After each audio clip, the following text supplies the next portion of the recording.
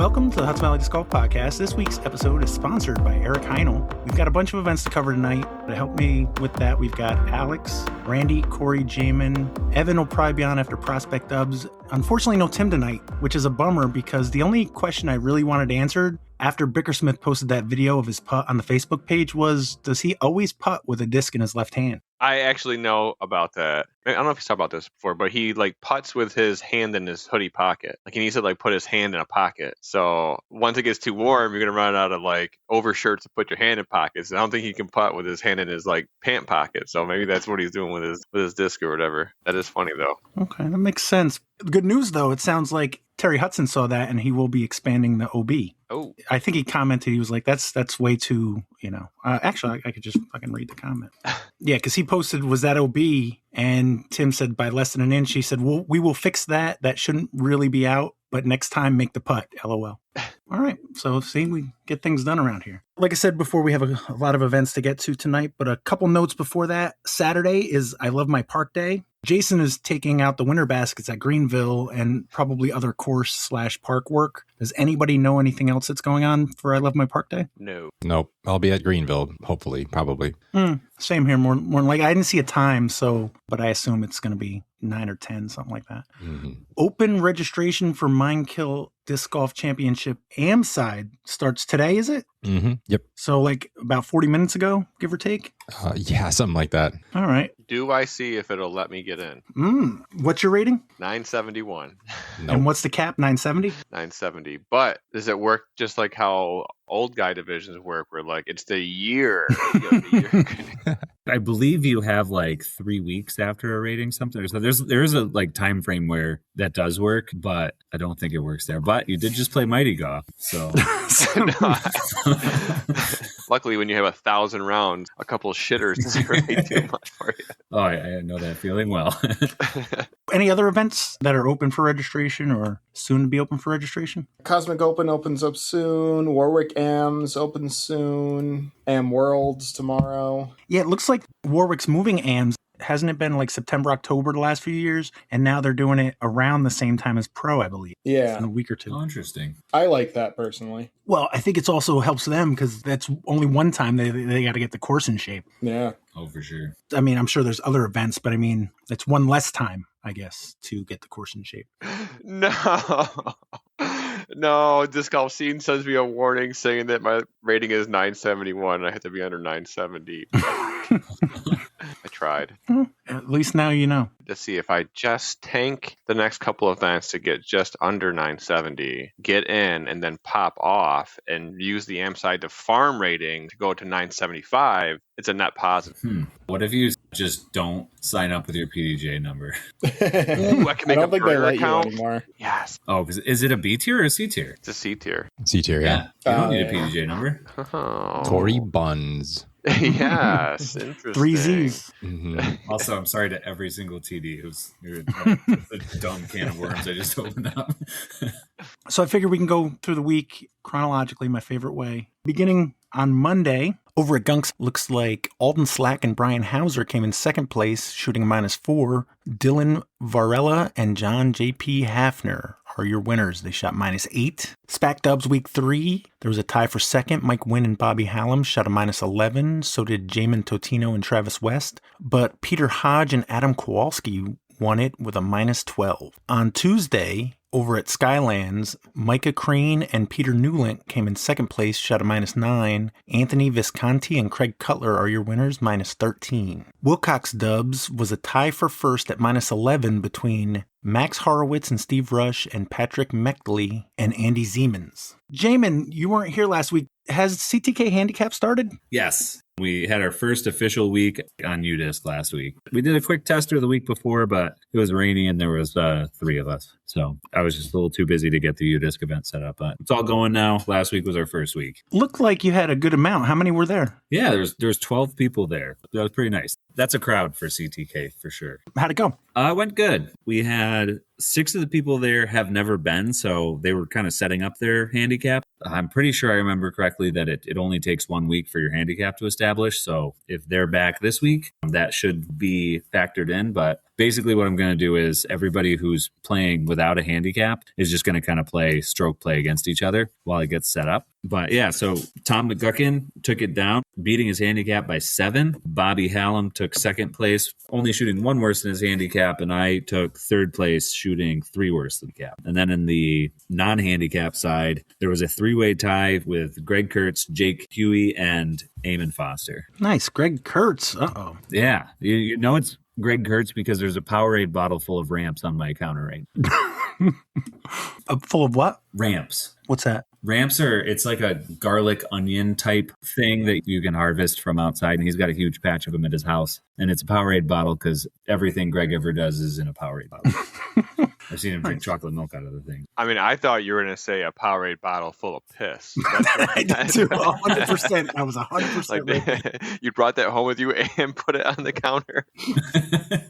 No, it's like, I feel like anytime I see Greg, and this is one of my favorite parts about kind of just the disc golf community in general, is that I come home with a head of garlic or just some random amount of like locally grown vegetables that I appreciate. That's awesome. Is there any kind of league long thing with the handicap league, or is it just basically week to week? It's just week to week. Okay. Corey, what about JDubz Points Championship? Was it week 5 this week? Yep, it was week 5, and this is going to be the start of the classic 4 layout rotation where we will do west and then east and then south and then north, which actually lines up pretty well ahead of the jammer, which is coming up quick. But we had 21 people show up, some pretty good scores playing the west layout. We had an absolute pile up at second place, real close to having a 5-team, I think it would have been playoff. Mm-hmm. Josh Lee played Cali, myself and Andrew Teague, AT.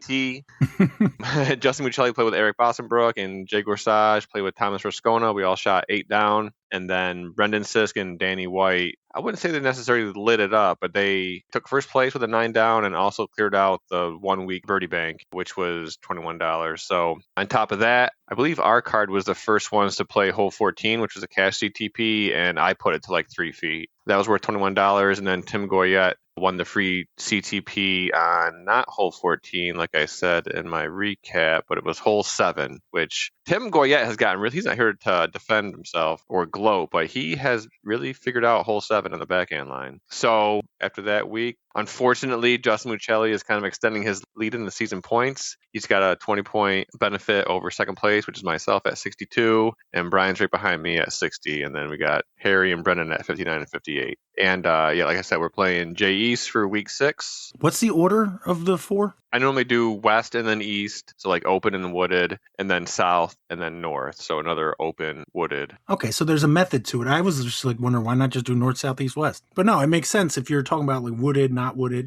Well, I mean, I would do it that way. Typically, north takes longer, so I figure like if it's at the end, we get a little extra sunlight, hopefully. Yeah. And then of course we're gonna play it, and it's gonna be overcast, and it's gonna be dark at 6:30. If it was like that going in, would you modify it and change it, or would you stick with it? I would probably switch to almost any other layout. I would guess that north probably adds, because of course it'll be the night that we have like a 6-sum or whatever. It'd just be like, okay, we're just gonna play J West. Let's just get through this. That's fair. And now I will go back to the kitchen and use my Mighty Gaw pizza cutter to cut up this frozen pizza. I still have mine. I use it all the time. I would cook it first. Yes, it looks well cooked now. It's pretty good okay. for a Price Chopper frozen pizza. All right, that's Tuesday. Moving on to Wednesday. Alex and Randy, did you guys both play Stonykill? Yep. Sure did. Well, Alex, how was it from your perspective? I have played so much disc golf in the last week that I'm not remembering, so I'm going to pull it up. Yes. So I played with Travis Bashore and put in my partner wrong on UDisc, so it looks like I was playing with Connor Eckert. It would have been fun playing with either of them, but it was Travis and I. We played all right. 7 down. Feels like we could do a little bit better, but can't complain too much. I was able to steal Randy's CTP on hole 15, which I felt really good about because I hit his flag on the way down there and put it to like 5-10 feet. So that was feeling pretty good. Nice. How'd it go for you, Randy? It went well. That CTP was my first throw of the night, so I was happy to at least outshoot my card. It was like 30 feet away, so good job, Alex. Other than that, my partner's name was Pete, and I can't remember or say his last name. Novobatsky. Yep, exactly. He was fun. We started off a little cold. He hit a huge putt on 17, solo birdied it, and then that gave me the confidence to just light it up. Yeah, we slayed. We shot like 9 down and tied, and then lost the playoff after one hole because I think we were about 40 feet away, didn't quite make the putt, and then Tyler Cockcroft hit a really good like 35-footer to close it. But fun night. Who was Tyler's partner? Dennis. And Dennis did not contribute whatsoever during that playoff. One thing I noticed, 32 players, 16 teams all shot even par or better. Mm-hmm. Deadbeat Doubles had 7 players. Eric Stevenson and Dave Discman shot a -7 to win it. Shen Creek Dubs Week 6, Parker Cerrone and Millie Smith shot a -10 for 3rd place. Joe Karen and Dave Chaikin came in 2nd with a -11. And your winners at -13, Ari and Jack Fruchter. DiscBeat Club on Thursday, Sparky Spalding came in 3rd place, and there was a tie for 1st between Greg Kurtz and Lenny Rabune. They each got 7.5 points. So your overall for the season, Jim Burns in 5th place with 27.5 points. Mark Stryker in 4th at 29. Sparky Spalding in 3rd place, 30.5 points. John Furman in 2nd at 32.5. And Greg Kurtz, your current leader, at 35.5 points. CPS Thursday Doubles Week 3 was a 3-way tie for 1st place. They all shot -8. Andrew Bailey and Josh Lee tied with Dennis Daly and Jeremy Forehand Florida Man Million. They tied Tyler the Cannon Gannon and Nicholas Alcatraz at Cats. Alex, were you there for OKDGC Dubs? I was not. I was traveling to the MVP AM side in time to get some steak from Randy. Like a slab of steak or like a cooked steak? Cooked steak. He was cooking them, and I got there. He was cooking in the middle of the night in the pitch black, which I really appreciate. Was it a 1-pound steak? It certainly felt like it. Randy would be able to tell you It was more. about, yeah. Yeah, but pre-cooked or after? That was my next question. No, before they were cooked, I think they were about a pound. I got a bunch of ribeyes. Were you camping or something? Or does Randy just not know where the light switch is in the kitchen?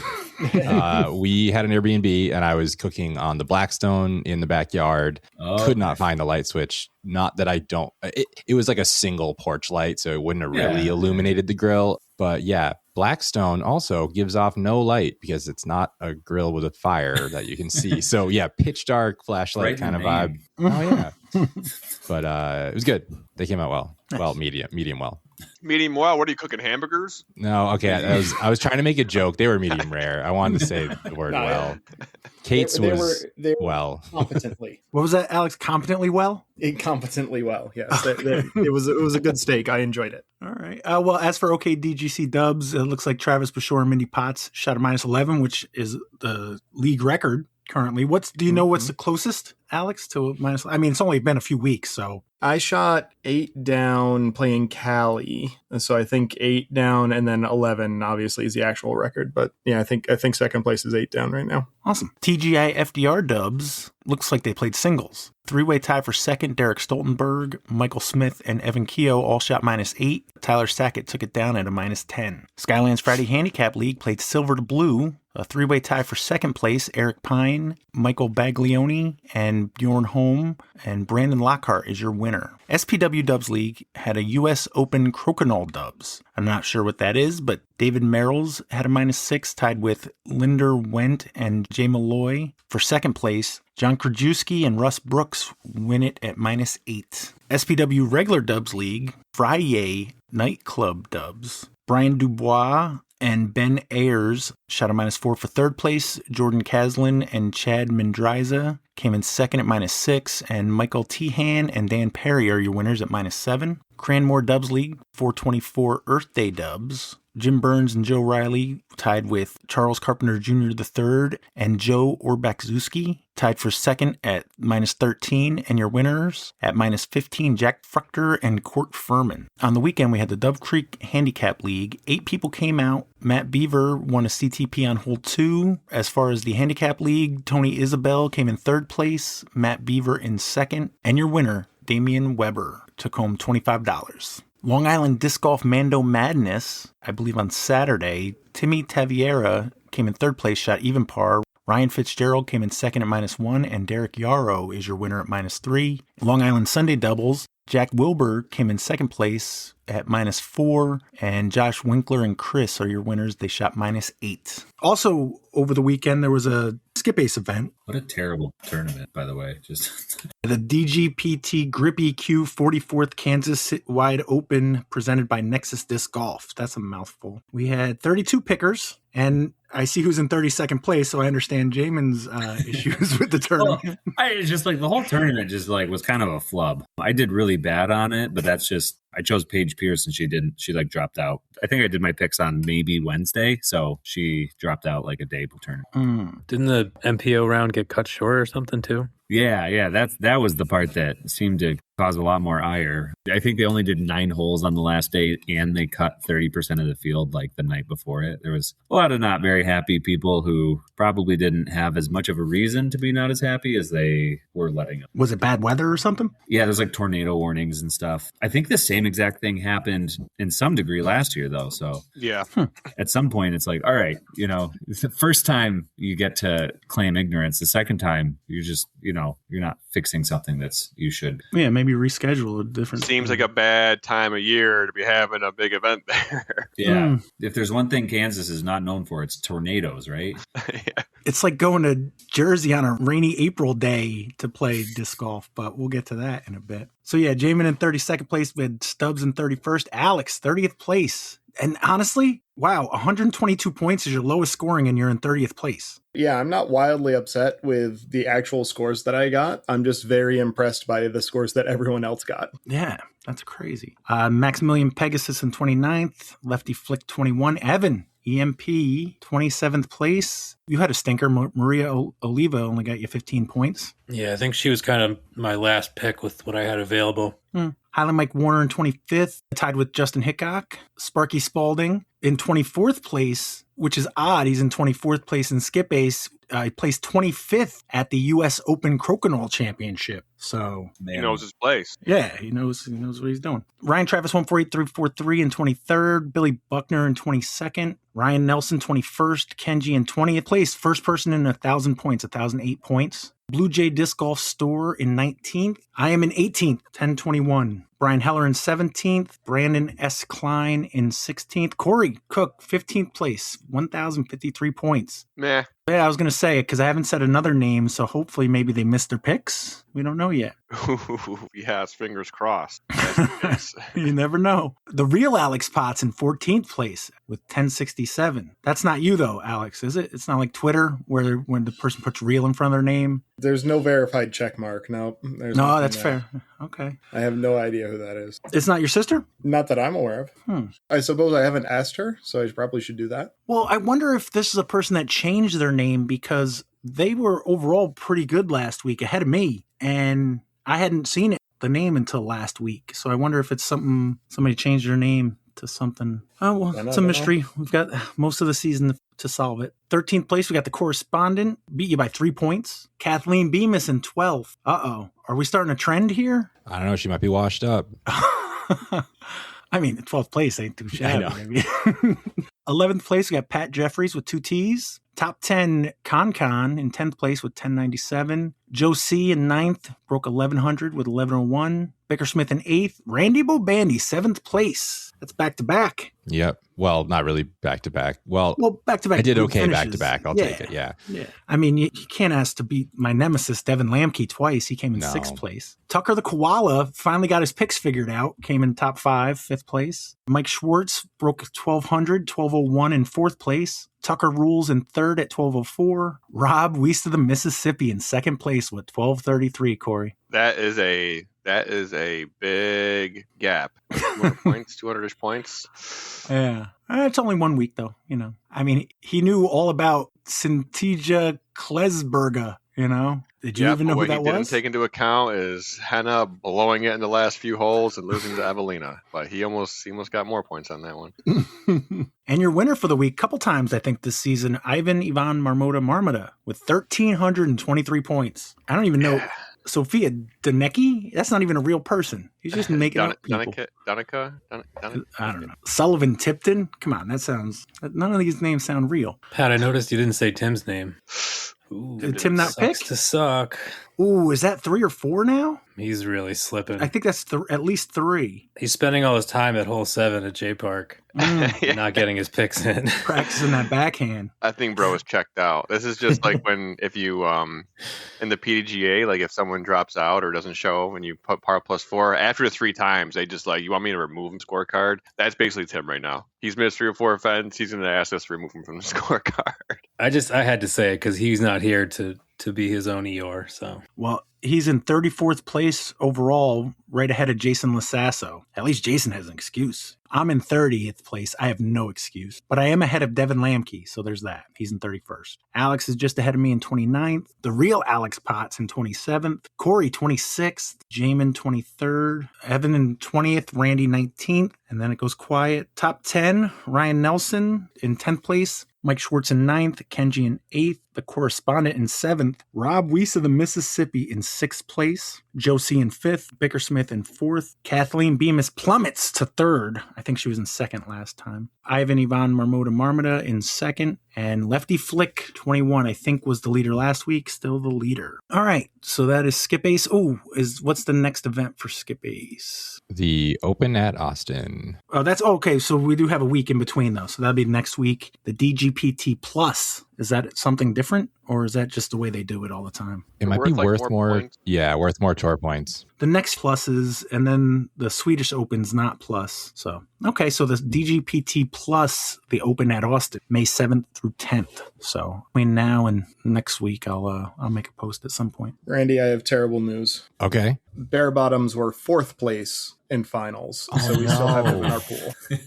Should we talk team challenge for like 30 seconds? Wasn't there a team that dropped or something? Exactly, yeah. Somebody's got to do the fill-in, though. Like, what Okay. exactly happened? So Page Park dissolved. They were in, Jaimen, correct me, were they in the B pool? Or C. They were in C going pool. into C. Okay. They were going into C because they dissolved. The 3rd place team from every pool below is moving up. So basically the same teams that were getting relegated are still getting relegated, but then an additional team gets moved up, basically. I was excited that would be Bare Bottoms moving out of our pool because I didn't want to go to Vermont next year, basically. Purely on driving. Great team, but love to not drive to Vermont. I was wrong. So who's moving out? Who's the other one, Alex? Queen City was the 3rd place team. So Queen City, Bammers, and who was the 3rd one?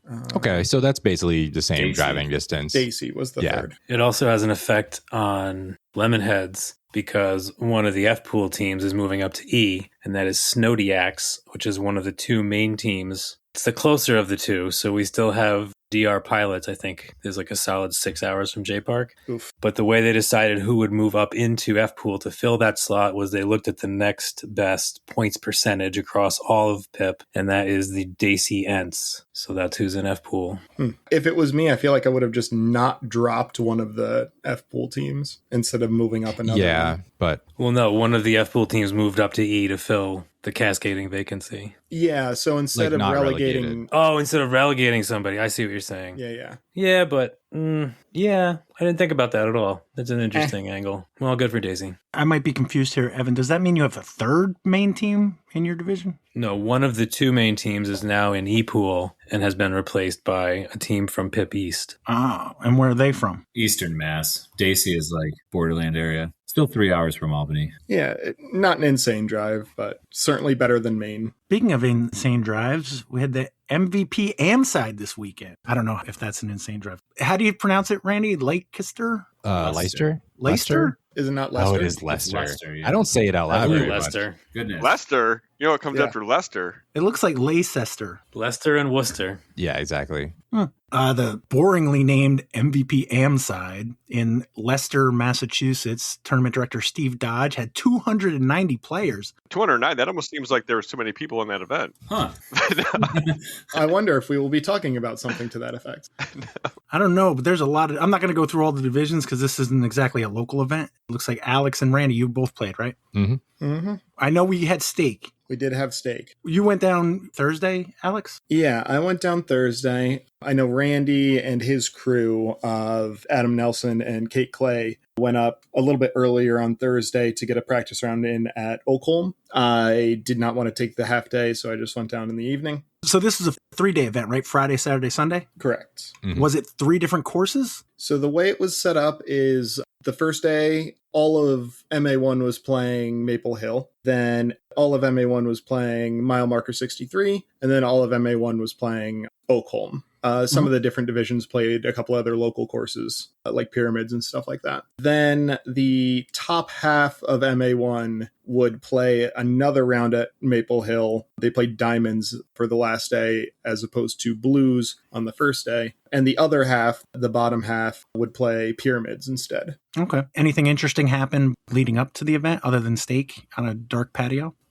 No, I mean, the steak, it's a pretty good highlight of the weekend for me, which is unfortunately does not say good things about my playing, but it was a good weekend overall. Like I said, the Randy crew and then also Jay Gorsage stayed at an Airbnb together. My Maple Hill round. Before you go on, hang on. I have one question. Sure. Because this had to have happened. I don't know how this wouldn't have impacted your round. There was that lady that played all of the layouts at Maple Hill. I thought it was on Friday in one day and started at like 5:45 in the morning. Yeah, I was completely unaware of that.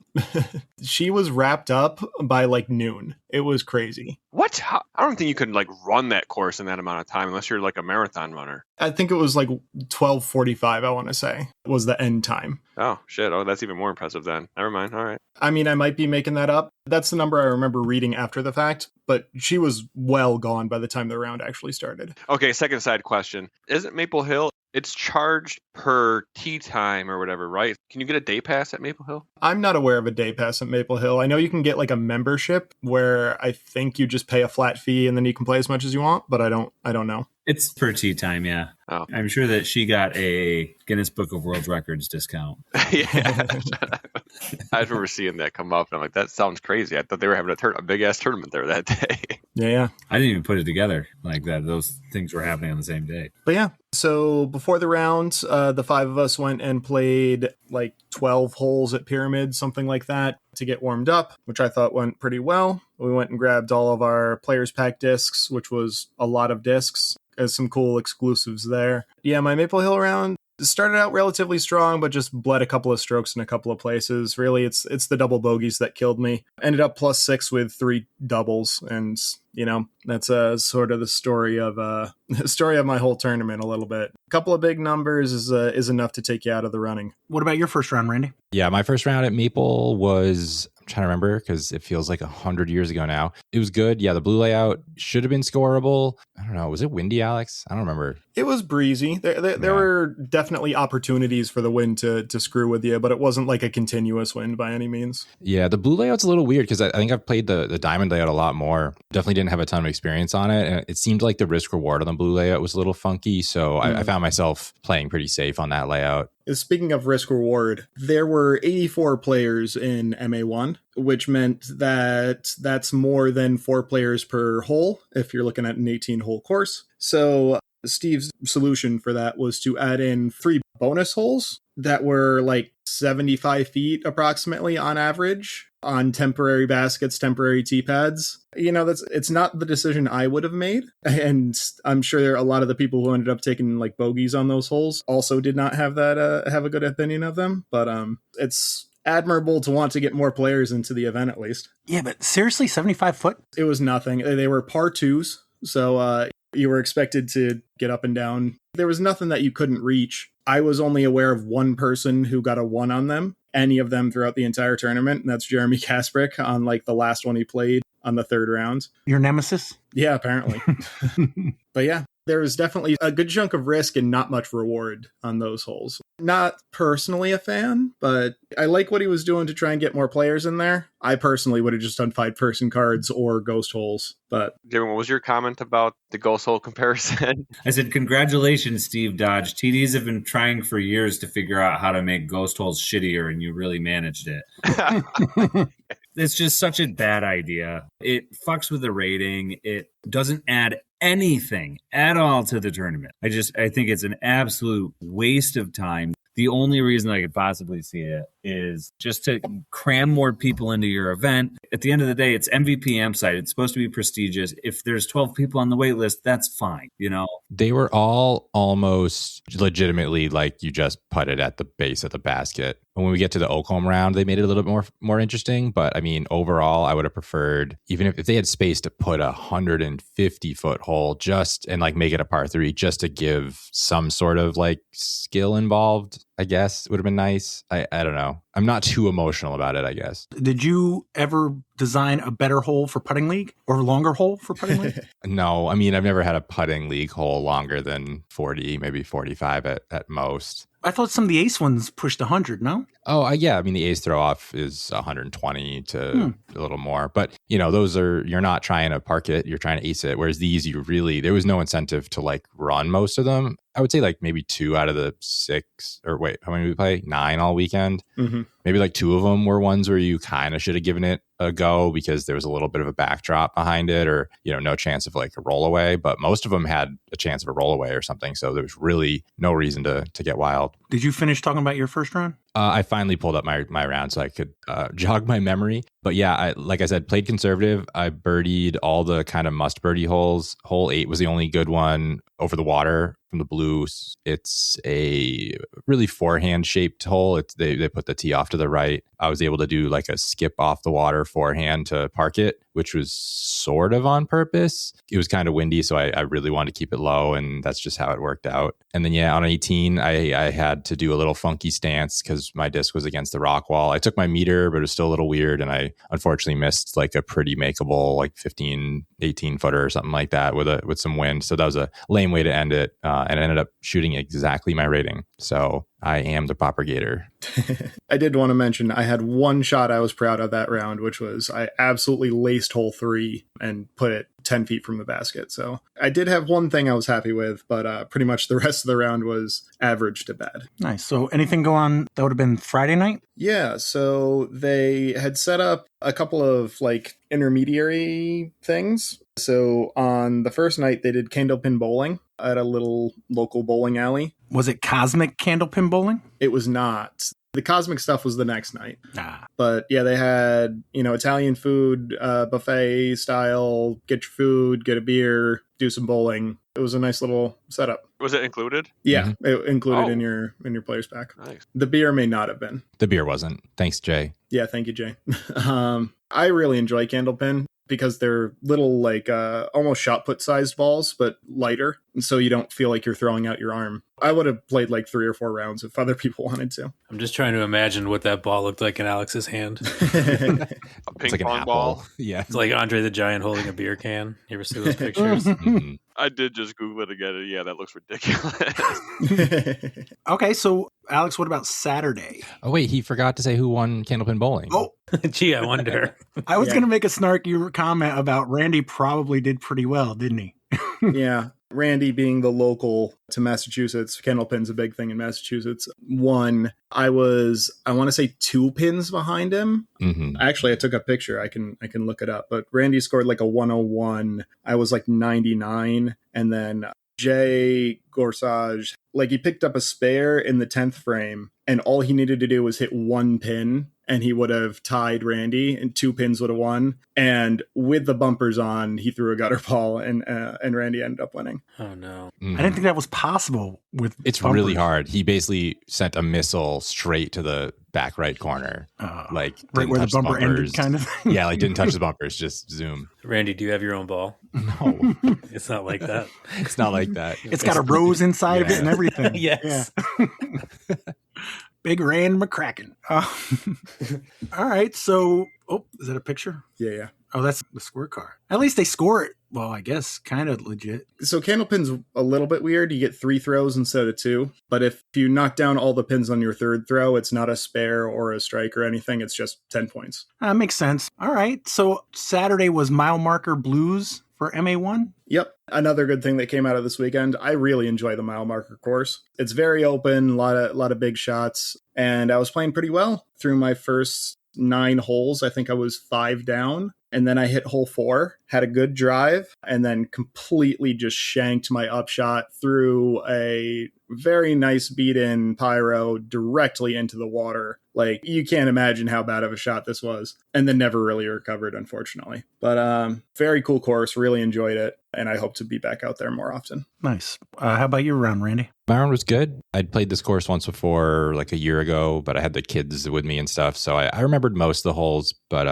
didn't get a practice round in for this, like right before the event. It's a really fun course. I don't know. I threw well. I putted pretty well. I had like 2 silly missed putts where I had to straddle just slightly around a tree and, didn't do it. But I can't remember any super highlights either, unfortunately. It was a really long weekend. I think I'm mentally like toast at this point. But yeah, I would also love to play more tournaments there. It's fun. Yeah. I was talking with Ethan Hatters beforehand, and he said something to the effect of between you and me, we're getting double digits. And I got to catch up with him after the round and be like, yeah, we did it, because I shot even and he shot 12 down.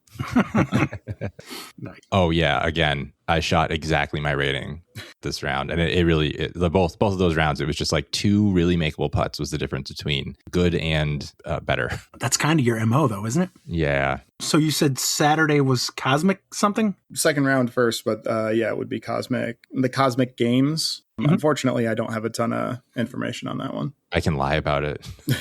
You guys didn't go? No, we got the free food and we left. So after mile marker, we went and played Oakholm, like for the tournament. And wait. So you actually had 2 rounds? When you said second round, yeah. I thought you meant, well, you just talked about your second round. You meant the second round of the day. Yeah. The round 3. So 1 round on Friday, 2 rounds on Saturday. Then if you make it, finals on Sunday? Yeah, and even if you don't make it, you still have something on Sunday, but not as prestigious. So round 3 of the tournament, that would have been at Oakholm. You got Maple Blues, then Mile Marker, and then Oakholm. How far are each of them from each other? Not very. What would you say, 20 minutes approximately? I think Maple is 20 minutes from the other 2, and then the other 2 are like 5 or 10 minutes apart. Yeah, it's like a triangle. Yeah, it's great. Okay. And had you played this course before, Alex? Oakholm? I had not. And, I kind of got the rundown from the squad who had done the practice round on Thursday. Woods technical, picture any New England Team Challenge course that you've gone to that isn't like Stonykill, and you'll have a pretty good picture of Oakholm. Okay, how'd that go? Not great.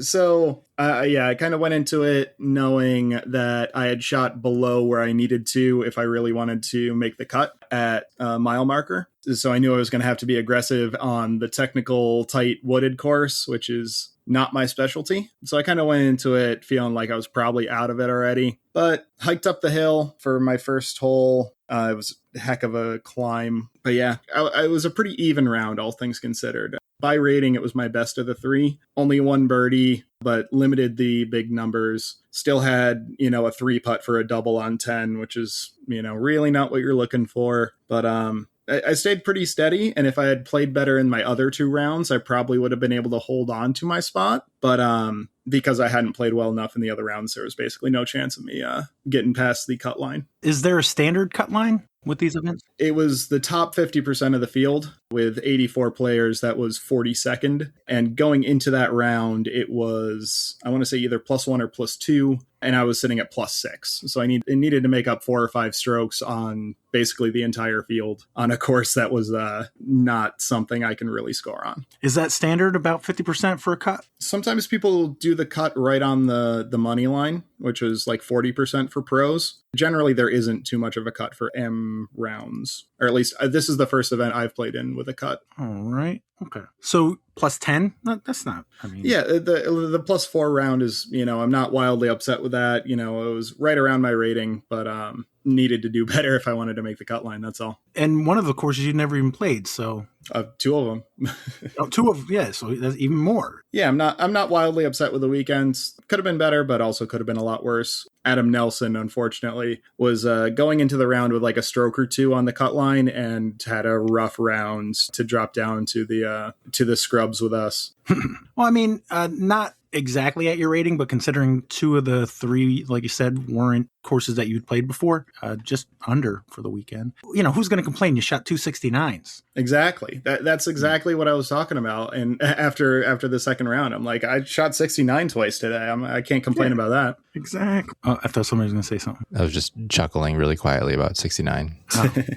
Okay. Well, there, Chuckles. How was your third round there, Randy? Well, I wasn't chuckling a lot. You're pretty right around par at this point, right? No, I'm comfortably under par. I shot 5 down at mile marker. So yeah, I was feeling good going into Oakham. This is a course I thought I would move up a good amount. Pretty wooded place you can throw mid ranges. I was really genuinely excited to play this course and hopefully move up in the leaderboard. We practiced it on Thursday and I had a pretty low stress, like 3 down with some bogeys in there. It's a course you're going to get some bogeys at. There's kind of no avoiding it. Yeah. And instead I started my round off with a bogey on a hole I shouldn't have bogeyed. And, the kind of the stress starts to seep in. And all of a sudden I play, I think my first 6 holes and I'm like 4 over and it's like I've forgotten how to play disc golf. And I'm like, just telling myself like, bogeys do happen. You're going to get birdies. Like a lot of these holes are birdieable. It's not like a Maple Hill course where there's a ton of OB where like you're really trying to conserve strokes. Like you can be aggressive on any hole at Oakham and get a birdie. So eventually I click on some hole and I get a birdie and I'm like, okay, I'll make it happen.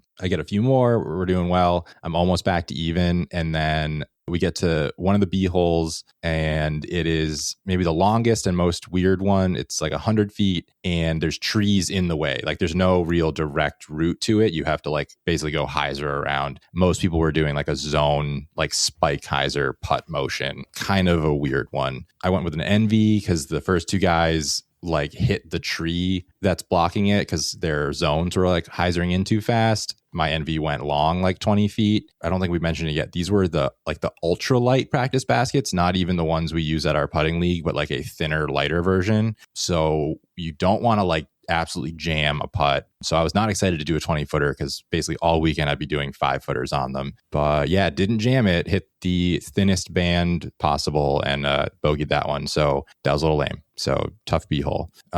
Sounds like a weird B-hole. Yep. But yeah, immediately birdied 18 after that. Like was feeling good. Got back to the front 9 for a little bit because I started on hole 5. Got another birdie. I was even and I was feeling good. And the hole we finished on had a bunch of OB and I was just trying to play it safe, threw a shot off to the right to give myself a look. Didn't really have a look to lay up that easily. There's OB behind the basket. So left my, upshot short and then, missed the putt. And it feels like that's how I end too many rounds where I'm pretty burnt out by the end and can't even make like a 15-footer on an elevated basket. So finished that round at +1, which was 1 stroke off of my rating. So still right in the propagator zone. It sounds like this round was affected by burnout. Should you have played that practice round on Thursday? I'm happy I played it because I don't know if I would have gotten the birdies that I got. Some of those bogeys were just like, you're in the woods, you hit trees sometimes. Like it wasn't that bad, but like, yeah, I was definitely getting burnt out by the end of that round. Some of the scrambles I had to do just to get those pars were like 1,000 rated scrambles, but they don't look like it because you still get a par. I was happy to I did make a lot of putts that round, but it's those 15-footers that get you because it's hard to jam them in. I don't know, whatever it is for me, that's my issue. So yeah, I've definitely burnt out. That is for sure. I mean, now in hindsight, I played Wednesday night, Thursday, I played a ton of rounds that week. So yeah, maybe not. Yeah, I wasn't trying to be critical. It's just that Corey's the type that does that. You know what I mean? I'd be surprised even for Jaimen to play Wednesday, Thursday, Friday, 2 rounds on Saturday kind of thing, So no, we're going to touch on it when we talk about round 4. So Okay. So, but you did manage to make the cut line. Yeah, I was pretty comfortable the whole time. I wasn't really checking scores overall. I didn't want any extra pressure. I kind of doubted the cut line would sneak up on me shooting around even there. That course, I think even is still okay, obviously, by it being right around my rating. So yeah, I was happy to make the cut. The whole time I'm trying to tell myself, like, you're shooting your rating, you're fine. You didn't miss the cut, like everything was going fine. But, when you're missing shorter putts, you can get pretty negative, Absolutely. So if you made the cut, you've got a round on Sunday. What course was that? So it was maple diamonds and it was tee times. Oh, tee times. Fancy. Mm-hmm. Did you guys do anything Saturday night? Yeah, so Saturday night, it was go back to Maple for the Cosmic Games and free barbecue from like the standard barbecue people that are there. Alex, what's the name of them? Underground Barbecue. Underground Barbecue, which is really good. So we had our barbecue. We looked at the Cosmic Games, which was like a putter course. They had like big inflatable obstacles. It looked really, really fun, but we all agreed just like eat our barbecue and go drink some beers and like chill after playing so much that day. Yeah. Everybody was exhausted, I think, especially after playing Oakholm. That course is a hike and a half. So on Sunday, Alex, what did you have? On Sunday, a lot of the players who didn't make the cut were dropping back and forth. I ended up on the feature card for the pyramids. They called it CTP Sunday. They had a bunch of like extra CTP prizes and stuff that you could potentially win. But I was the last card out at 1:30, along with a couple other people. Yeah, nothing too crazy, but about halfway through the round, I had a 3-putt on hole 7, which is an uphill par 4 that I really like. I had a good shot, a good first shot, terrible upshot, missed putt, hit front cage on my comeback or tap in 5. So I was feeling pretty bad there.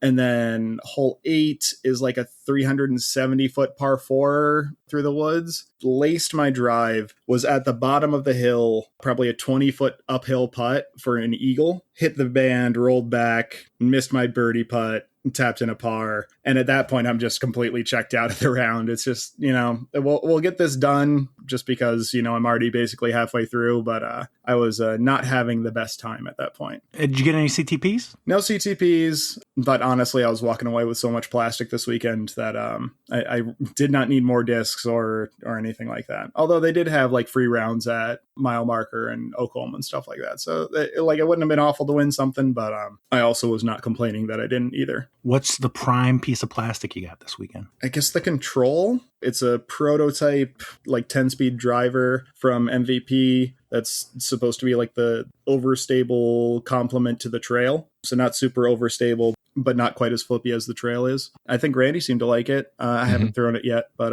it seems like a pretty good disc to have. It's also a song by Janet Jackson. Is that going to come up later? Sorry. It came up before. Yeah, we've already had it. That's when it was released. Oh. So Randy, you're in the finals. Yep. How you feeling going in? So, I went to Pyramids with the gang because we had to check out at 11. Honestly, I was just working on my putt at Pyramids because they have like a loop of baskets, and I was honestly feeling good. I didn't throw any shots, but my putt felt really good. I was excited, but at the same time, I had to kill time from 11 to 150. Did a little shopping, but definitely got antsy having to wait around.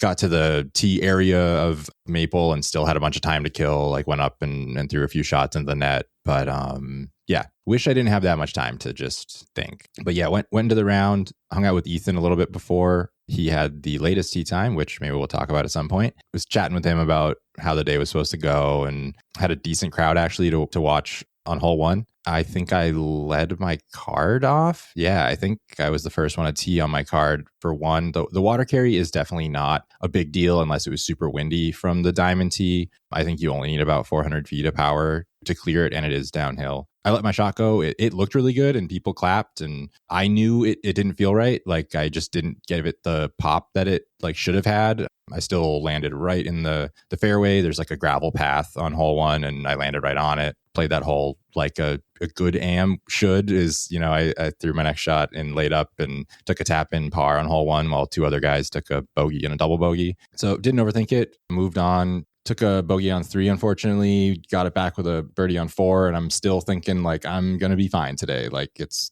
Maple Diamonds. There's OB. I'm gonna take some bogeys here and there, but whatever. And then I just start racking up some bogeys, doing silly mistakes like underpowering throws. The burnout is now starting to set in where you throw something that's a little weird and you make that comment to yourself like, okay, just don't do that again. Like make sure you finish through on your soft upshot or something like that. And then 2 holes later, it happens again. So now I never even really recovered at some point on the back 9. 10, 11, 12 are very scoreable on the diamond layout. And I had like a 25-foot putt to birdie all 3 of those holes and just couldn't do it. I think I caged every single one. Realized at that point that there was like, I shouldn't take any risks going through the rest of the round. I think I took one more bogey just from too soft of a tee shot, left myself too much meat on the bone, and, got to hole 18 where there's a crowd and everything, and just put my big boy pants on and, laid up twice and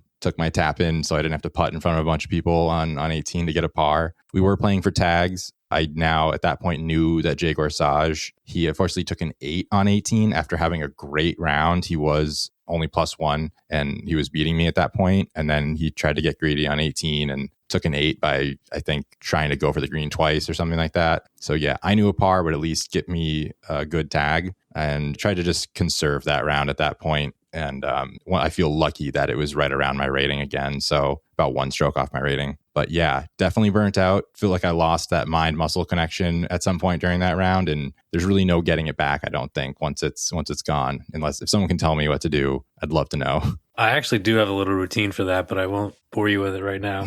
Some other time. All right. You still ended up tied for 25th with Alex's nemesis, Jeremy Kasprick. Mm-hmm. For a minute, I was the only person in the event that shot even, and I thought, hey, I did something. And then Jeremy finished and tied me. So good company, I guess. Yeah. One thing I did want to point out, Ron British Tire played. He played MA50 and finished. So he must be feeling better, which is good. Any other notables that played this past weekend? Yeah, do we want to talk about Ethan? Yeah, so we have to mention Ethan. So Ethan's great. Played with him for a long time. I think everyone knows that at this point. So round 1, he took like a quad bogey on a hole on Maple Blues just by going out of bounds multiple times. So he beat me by like a stroke. He shot like 1 down and was in the middle of the pack with me after the first round. And Kat even said it because I was like, that was kind of a weird round. And she's like, well, you only lost to Ethan by 1 stroke, so you must have been pretty good, right? I'm like, oh, okay. And then he just goes on a tear for the rest of the weekend. He shoots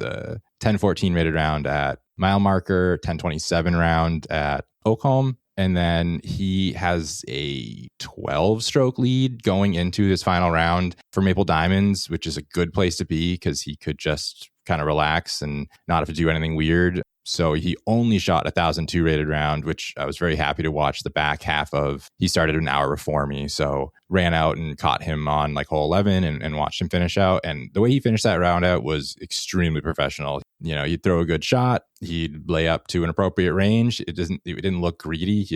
He's so comfortable with 25 footers, so he would just throw his up shot with 2 seconds of prep and then walk up and make the putt. Very clean player, very cool to watch. So yeah, he finished just 3 down just to wipe the field away. Only one other person had a better round in that final. He had 10-11 to his 1,002. So how old is Ethan? He's a junior. I don't know if he's 16 or 17. Probably 17. Goodness. Let's say right. 17. It sounds, Yeah, right? Yeah. I mean, because I graduated at 17, so he could be 15.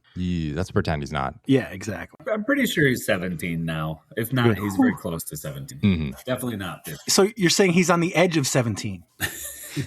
Good reference. Nice, though. You said he had a 12-stroke lead going in, and that's what he finished with. I think he might have less of a... I thought he had a 7-stroke lead going into it. But okay. Maybe I'm bad at reading these. But I mean, 7 strokes is a lot of strokes. Yeah. And he beat second place, David Batchelor. Wasn't he... Somebody played him in Team Challenge recently, in New England Team Challenge, I think. Yeah, Tim played against him in doubles with Nick Cardone. Nice. There's a few other people that played. Sean Ryan tied for 21st. Joseph Goyette the 4th, shot -1, beat Randy by a stroke. Bobby Don't Call Me Robert Hallam, 29th place, not too shabby. And all right, isn't the Steve Dodge guy supposed to be like a tournament director type? Oh yeah, he runs the MVP Open, which is a PDGA major. Isn't it major? Yeah, it is a major PDGA event. It's a plus event. It's called but still a playoff event. It's not a major. Yeah, playoff event. But yeah, it's not a major, but it is a big event. Yes, Steve he's an innovator. He's been doing things differently and new for a very long time. And I think that that's just,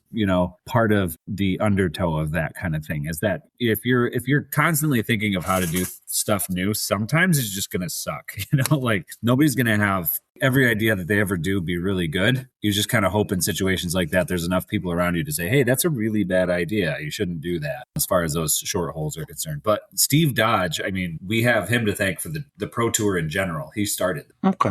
You kind of answered my question. I was going to ask, like, is he the type that would learn from this? Like, okay, I tried it. It didn't work. Let's move on. Try something different. I hope so. Okay. He did send out a survey at the end. I have not filled mine out yet, but I will definitely be making sure to mention that I did not enjoy the B-holes. Yeah. That's That they're called B-holes is funny to me. I'm sorry. Oh, we said It B-holes was so much endless this jokes. weekend. Oh, my Endless God. jokes. Biggest thing I was telling people at the end was I got clean through all the B-holes because I got pars all the way through. Yeah. Ethan's day on Saturday, that would have been a 1030 rated day in the two most recent tournaments that happened there between Oakholm and mile marker 63. If he shot those at the Oakholm, I think it's called the Gala or something like that, they had a tournament there. His round would have been 1030 rated. And if he had done that last year at the Sunstein Open, that also would have been a 1030 rated round, as much as Corey dislikes that. Corey just knocked Evan offline for a second. I know. Someone kind of snuck up on me. I didn't know if I was muted or not until I saw the waveline. That killed my internet somehow. I don't know what happened. Okay, so the B-hole thing was its own thing, but other than that, it was a great tournament. I mean, they were managing people at 3 or 4 different courses. They had tons of volunteers, you know, the meals, the organization, like for what we paid. Yeah, the we value got for the players so back was much in insane. return. I'd play that event again, even with the B-holes. Like Same. it was really well done. But would you have a shirt made that says B-holes on it before you play it? I might run a B-hole tournament at some point if I'm running out of ideas. That should be your Pyramid Quads name, the Maple Hill B-holes. Oh, you'll see our name eventually. Oh, It's I thought about putting that in the group chat. I was like, we're going to have to explain this at some point, Randy. it's quite the jump. I don't think we have time tonight. No, yeah, definitely not. When is this event God. coming up? Don't worry about it. In a month. Oh, okay. We'll talk about it We got then. time. I definitely don't know what it means, but there's clearly a story behind it, and I'm looking forward to it. There's nothing good. Nothing good comes out of it. All right, so that's the MVP AM side. Next up, we got the Discap Presents April Showers 20, driven by Innova in Middle Grove, New York. Tournament director Jeff Wachowski has 70 players. Good number of divisions. MA3, looks like Tyler Schlescher won that. Shot an even par, beat Ari Fruchter by a stroke. CK, Krista Kovac, won the FA2 Women's Amateur 2 division. Zachary Jordan won MA2 Mixed Amateur 2, shot a -2. Beat Peter Fitzsisti and Cody Miller, who shot even par, tied for second. John Furman won the MA60 division, beat Dominic DeAndrea. George Brown won MA50, beat Jaimen Totino. Real Jaimen. In the FA1 division, Women's Amateur 1, your winner, Marcia Focht, gets her 125th career win. MA1, Matt Sharp shot a -6, beat John Steffen by 2 strokes, and Austin Swart out by 3. Danny White won MP60, shot a -6. Greg Kurtz came in second. David Herodes won the MP50 Mixed Pro 50 division. MP40, looks like Ryan Clare and Joe Jaskolka tied for second at -5, and Michael Thomas won it, shooting -7. Amber Stout won the FPO division by 1 stroke over Megan Mercier. And in MPO, looks like Tucker Kozlowski came in 6th, shot a -4. Jacob Peters in 5th, -5. Stephen Bailey and Troy Vasari tied for 3rd with -7. Brian Bickersmith, 2nd place by 1 stroke behind Jack Fruchter, your winner. Any notes on April Showers? All right. Dig it. The 20th, April Showers. Has anybody played Heiser this year yet? I played it a week before the event. I went up there and had a practice round. Brian, him for practice, me for shits and giggles. It was in good condition. Okay, nice. And that was Saturday, so that was a rainy day, I imagine. No, it wasn't. I'm pretty sure they had perfect weather. Ain't that a kick in the head? Yeah. Yeah. Speaking of perfect weather, let's talk about Mighty God 19. B tier in Mahwah, New Jersey. Tournament director Tyler McKinnon had 42 players. Goodness. Yeah, and actually I'm pretty sure that number, like the night before, might have been 47. Mm-hmm. So, and actually that 42 number, yeah, that is how many people had actually played something. It didn't finish with 42, though. I tell you that. All right, well, I'm sure there's a story there, but let me go through some of the lower divisions, and then we'll hear what you got. MA2, Mixed Amateur 2, Ahmad Hamde won that by 3 strokes over Sean DeStefano. John Snyder won the MA 40 division. MA 1 was won by Leighton Brinster, beat Sean Partee by 5 strokes, shot a +2. Brian Heller, master of the MP 40 division, came in first. Good job, Brian Heller. MPO, looks like Corey. Jaimen, did you not play? I did not play. I was signed up all the way up until Friday, but I took on a lot of extra kind of last minute responsibilities at work starting last week. And I was just kind of too tired to play. And it was just one of those things where that's not normally an excuse for me. I'll usually play through an awful lot, but it's just like, I felt like the odds of me spending a significant amount of that day going, man, I could have been doing anything else today, was just a little too high to really plan on having a good time out. The weather definitely didn't help anything, but I just decided that I think it's better to stay home and get stuff done. No truth to the rumor that you OD'd on sunshine the weekend before? No, actually, it was 80 and sunny that whole weekend, but the very next day I was teaching a disc golf class to kids in my district and it was like 40. So I got back used to the cold real quick. I'm hoping to be back next year. I love that tournament. Absolutely. First of all, Corey, did you bring both shoes? Oh my God, I thought this was going to be my Mighty God. I made sure I had everything. I had my rain fly, my umbrella, 2 pairs of shoes. I drove. I had food. I had drinks. I'm like, I brought a rain jacket. I'm like, this is going to be, I'm not going to screw this one up. And then I think actually what ruined my day is I woke up at 5:15 in the morning and I already had a message from Justin Muccelli that made it sound like we would be playing round 1 together. And it instantly ruined my day before I even rolled out of bed. Why is that? It's kind of a joke. I'm playing with them fine. It's just like, oh no, dude. Anybody else? Yeah, so me and Kyle carpooled down there. So the one nice thing also that since this is not on the typical weekend it is, we didn't have to deal with that recycling drive they always do on the same weekend where it's like there's cars lined up for a freaking half mile all the way down the driveway. We talked about it before this tournament. Did you have to talk Justin and Kyle into playing this as opposed to April Showers? What were their thoughts? No, they baited me. I wanted to play April Showers. I wanted to go to Heiser. I wanted to be back-to-back Heiser champs. Oh, you wanted like the Tiger Slam? Yeah. Different years, but you're the reigning champ in both events? Yeah. And these guys are like, no, you got to come play Mighty God, play Battle of Saratoga. Like, they'll be in their Heiser tournament. How many times you get to throw down hole 18 at Mighty God? And I'm like, well, first of all, Heiser Creek's had known for hole 12, which isn't quite hole 18 at Mighty God. But so I think it took some hemming and hawing, but they had eventually convinced me to play. And Jaimen was one of those people, I'm pretty sure. That checks out. Sorry.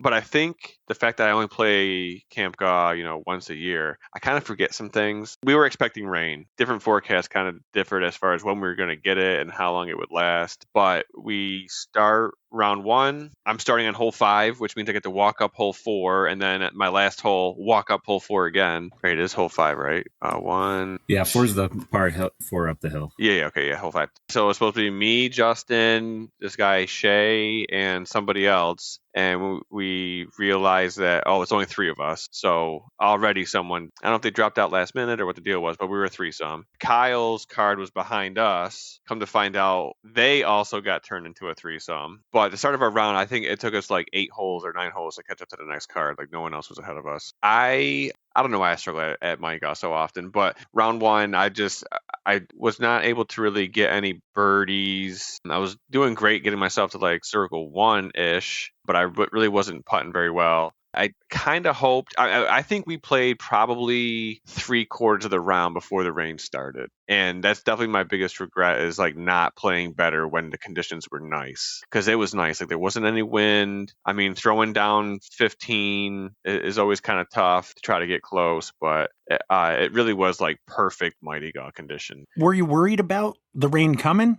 Oh, Do you think that might have affected you? I had it all packed, ready to go. I had my umbrella with me. And actually, at the start of the round, I was actually too warm. I had like my rain jacket with me and I'm kind of like carrying all this stuff around. I got like multiple layers on, because it was also cold. Like if it was just rain, it'd be one thing, but it was also like 43 degrees or something like that. And actually, I think it got colder as the day went on. So it might have started like 45, 48, but by the end of the day, it was definitely colder than that. I had to make sure I don't forget some of Justin's shanks. It might be hole 11, kind of where like the natural tee pads kind of start. You make the turn to start going back up the hill. And Justin tried to go this like wide hyzer shot at the corner of the tee pad and just absolutely yanked it into legitimately first available. Like I think he could almost touch the tree from the tee pad, and yeah, made it like 5 feet off the tee pad. I think he did that twice. Actually, no, the next hole he like blasted a branch that he shouldn't have been even in the line that he was trying to take, but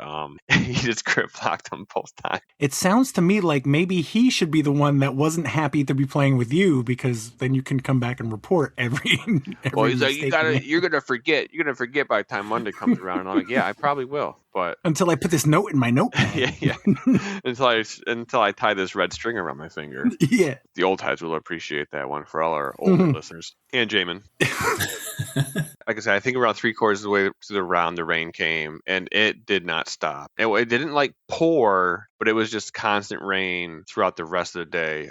So the other thing is the tournament is basically like almost half full. It's like barely half filled. So like we didn't really have any backups. And even when we got to like a hole 15 or a hole 18 backup, it was like, we got there as the card was like driving ahead of us. Like it wasn't like a multi-card backup. So everything flowed really well. We had to have finished in like 2.5 hours. I think we started at 9:15 and we were definitely done, I think, by noon. They had like the catered lunch, the pizza place or whatever. They was taking orders. I think that food didn't even come until 12:45, and then they had an hour break from that time until round 2 starts. Which I get. It makes sense. It's like you don't want people to be having to scarf down their food, but I can also see how that's kind of an inconvenience. Yeah, I wasn't paying attention enough to know like when the last card came in, but if I had to guess, it was probably at least 15 or 20 minutes before like the food got there. So if it was me, I would have more liked to see like a 30 or 45 minute break after the food got there, but I get it. By the time the food got there, we ate and then we sat in the car for 45 minutes with the heated seats on and the heat running. I was going to ask, did they bring you inside or was everything still outside? They had like that covered patio area of the lodge kind of set up. Okay. In the past, when it was raining like that, they brought us inside to like the cafeteria. Yeah, no, we were hanging out in there. Okay. So the rain did not let up at all. Going into round 2, at this point, like everything is soaking wet. The towels you had, I thought I brought enough towels, or at least I thought I had enough rationed for the last round. So round 2, I was able to play with Kyle. We started off as a foursome. At this point, once you got to like 3 or 4 holes, like if you're wearing a rain jacket, your rain jacket is basically saturated. Where's the water go when it runs down your arm, down to your hand? And also it's like 40 degrees out. So in like one pocket, I got 2 hot hands trying to keep my hand warm. In the other pocket, I have a whale sack that's only getting more moist and losing its ability to dry anything. You're fighting with a rain fly all day, trying to like get your stuff in and out. Luckily, the grass, since the tournament was kind of earlier in the year, the grass was pretty short, especially by Kampka standards. So at least like from your knee down wasn't soaking wet from trudging through that grass. But yeah, myself, Kyle Hirsch, played with Shay again. And I think you've mentioned him before, Tom Kiley. It is not Tom Keeley, it's Tom Kiley. The name sounded familiar. I probably said Keeley. Yeah, I think, and I did too. And then he told me it's Kiley. But fun card. See, I think this time we started on hole 4, the par 5, and I thought I threw the perfect drive. I get to a perfect spot to try to throw a nice hyzer flip backhand up the hill. And wouldn't I hit like a tree like 100 feet out, and it come flying back. But not only did it come flying back, it like got on angle in the air and full flexed, glided back down the hill. But somehow I was able to save a par. But then you get to hole 5, the next par 5 from the black tee, and I was not in the fairway at any point. I took the entire left side, took a 7 on it. From there, I kind of scraped together a couple birdies, played hole 15 a lot better, was able to get a par in there. Didn't bogey hole 18. I think by that point, about halfway through the round, Kyle was playing pretty well. He had moved up the leaderboard, was playing clean, got some birdies in there. But once we had about 4 holes left, it was literally Tom. Well, we lost Shay. Shay DNF'd after about half the round. So now we're down to a threesome. Tom, actually, he had a pair of friction gloves. No, he did not have a pair of friction gloves. He had a friction glove, but it was a left-hand friction glove. So he played like 3/4 of the round with a left-hand friction glove on his right hand, basically wearing it upside down. Yeah, I don't know how well that works. It sounds ridiculous, but I'm going to tell you, literally anything would have been better than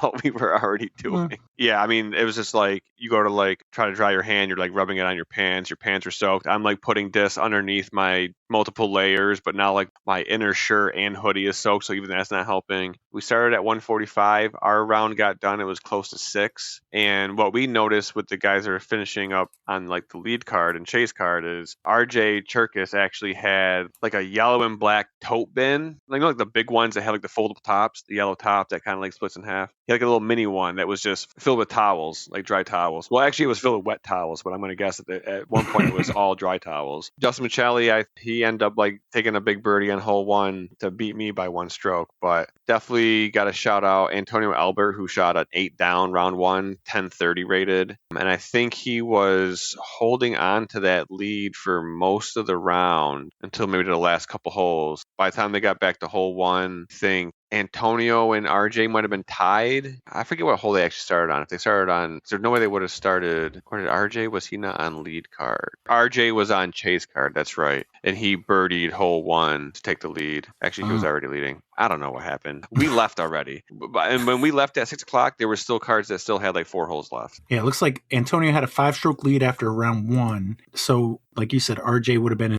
on the chase card. So Antonio would have started on 1, I imagine, and he bogeyed hole 18. Oh, yeah. But I think at that point he was probably trying to run something because RJ had him by at least a stroke at that point. So he probably tried to run something on the last hole just to... Yeah, so if Antonio parred 18, and then if you would have assumed that RJ wouldn't birdie hole 1, they would have went to a playoff, which I would not want anything less than that. I was like, let's just split it.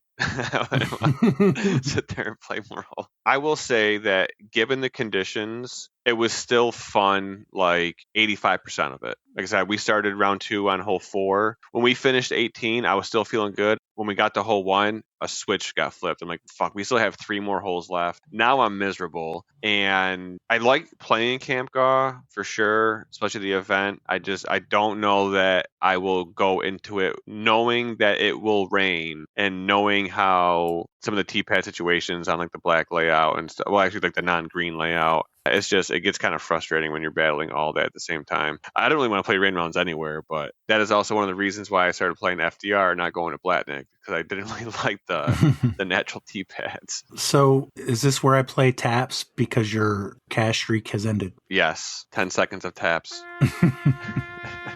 It was a good run. I just have to start up another one, make it go longer, as I just signed up for the freaking Cosmic Open.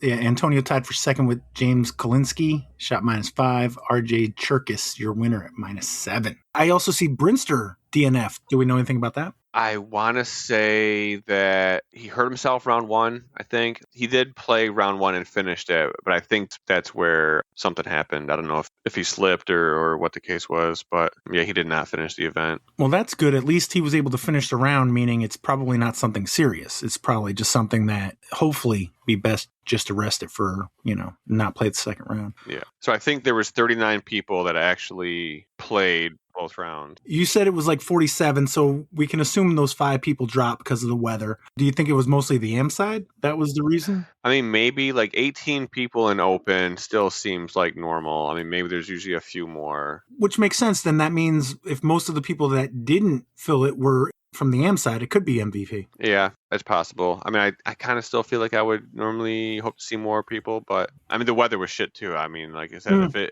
I could go back, I would definitely be one of the people that dropped out before the event. That's fair. But yeah, that's the Mighty Go 19. We don't have a ton of time, but there was also the Riverside Rambler, the 4th Riverside Rambler. Evan, you can tell me about your round and everything, but I mostly want to hear what were your thoughts about the course? I was glad I was able to finally get down and check it out. I don't want to give a shout out real quick to the Port Jervis Disc Golf Club. As soon as I got there to check in, it was a very warm welcome. I had never met any of them, but they all knew me through the podcast. So shout out to those guys. The course is neat, I think, for the space that's back there. They've done a really great job. It's almost like a figure eight. Some of the fairways are kind of naturally divided by, there's like a ridge. It has 3 tees for each hole, which is cool. The red tees are, like you kind of said before, kind of like the ace plays, really short. I mean, longer than Steve Dodge holes, but still.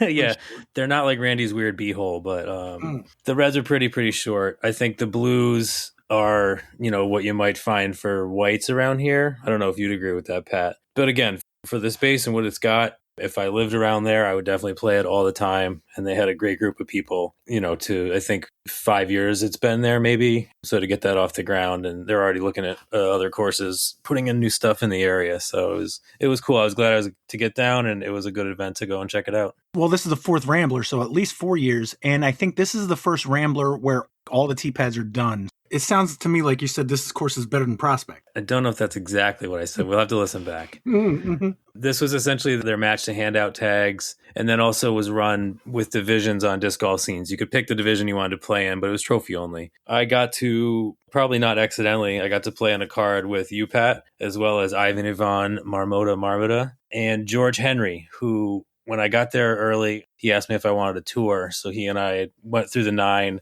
just kind of played a random tee on each hole. But it was nice to get a little heads up of the course with George, and then getting to play with him was really cool. Really nice guy. Great round. Had a lot of fun playing with you guys. We did blues first. So we started on 2. So we played all the blues. And then when we got back to 2, we switched to whites and so on. On the blue tees, I was doing okay until we got to hole 9. And unfortunately took a triple, just went off. It's like a 400 something, kind of a narrow tunnel shot, just stay in the middle, and I didn't. So that was kind of my big blow up. And then I think on the white tees, I think I was 1 down. We got to 4 white. That's like 170 foot downhill. The tee is kind of elevated. And I threw a nice little hyzer flip detour that absolutely smashed center chains, but hit the pole and bounced out and landed 3 feet from the basket. So that was exciting, but didn't get the ace. That was my course karma. The course would not allow you to get an ace there before me. So. You did say, well, so then we got to the red tees.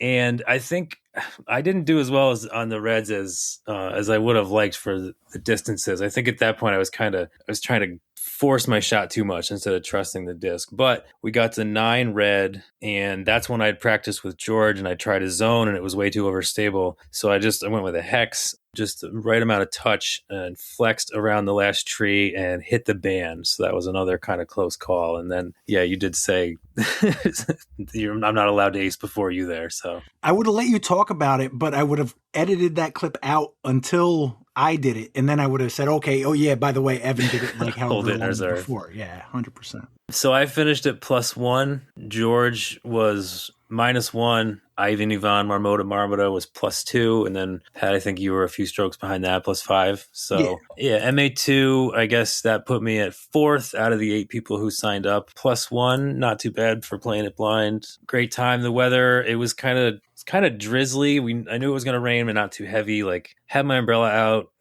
closed it up. No, I should have it out. Just kind of covered the bag. But the weather doesn't sound like it was as bad as Corey's day. No, plus where we're at, we're basically covered by trees and such. It held off through the blues, and right around the time we got to whites, I think is when it started to get a little wet. I learned so much in that round. I didn't have any idea that Ivan Ivan Marmota played baseball, like professionally. Neither did I. I asked him a few questions about it. I didn't want to get too in depth because maybe he'll come on one day and I can really dig in, and it'll just be me asking him baseball questions, and you guys can all hit mute and clip your nails or whatever. But no, I thought it was fun. I am currently wearing my bucket hat. Are you not, Evan? No, mine's still where I dropped it in the office when I got home.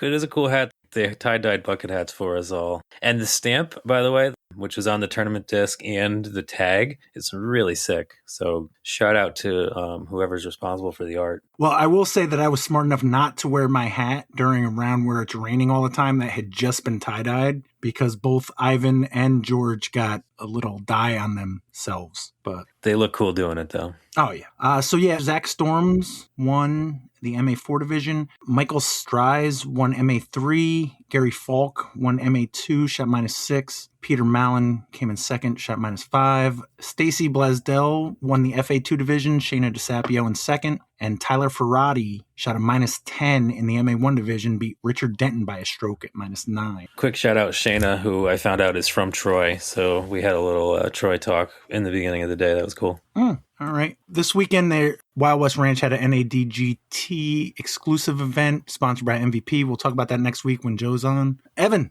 you played Prospect Park Dubs, right? Yes, I did play Prospect Dubs once again. How'd that go? Did you It fucking was win fun again? once again. So beforehand, Dennis was asking, you're going to make it 3 in a row? I said, it would be nice, of course, but depends, we'll see how it goes. Who's going to be your partner? I said, watch, it'll probably end up being Callie. And sure enough, it was. But that was cool. And I shot 8 down, bogey free. So kind of middle of the pack, but got to play with Eric Brossenbrook and Joe the Viking. They were 9 down. We had a great time. It was really nice out. Yeah, 2 in a row is the best I can do, apparently. Do we know who won? No, once I checked the digital CTP and saw that I had lost it, I headed home to put my clothes in the incinerator. Speaking of CTPs, I did actually win a CTP at Riverside. Oh, that's right. What hole was that? I forgot. 7. 7 white? Yeah, the one that with the, what did they call it? The bog? Oh, yeah, the Bog of Eternal Stench. Yeah. And the only reason I put my name on it is because in the last event, the CTP prize was Uncrustables, and this time I got 2 discs. Ah. Yeah, I was really hoping for them Uncrustables, but what are you going to do? Randy, you didn't play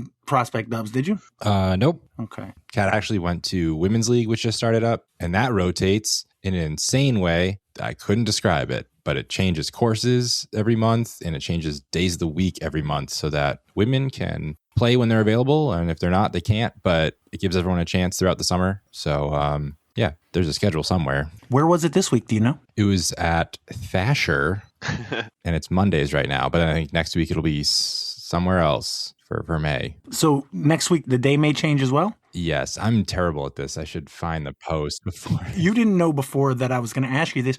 No, that's cool. Hopefully next week when I check, it'll be on there. Pat, if you want to edit this in, Prospect Dubs was won by Danny White and Josh Lee, who shot 17 down and only missed hole 7. So they only beat you by 9 strokes? Yep, that's all. That's all. All right. Unless there's anything else, you guys got time for a quiz? Mm-hmm. Yes. Oh, perfect. I can take PTO.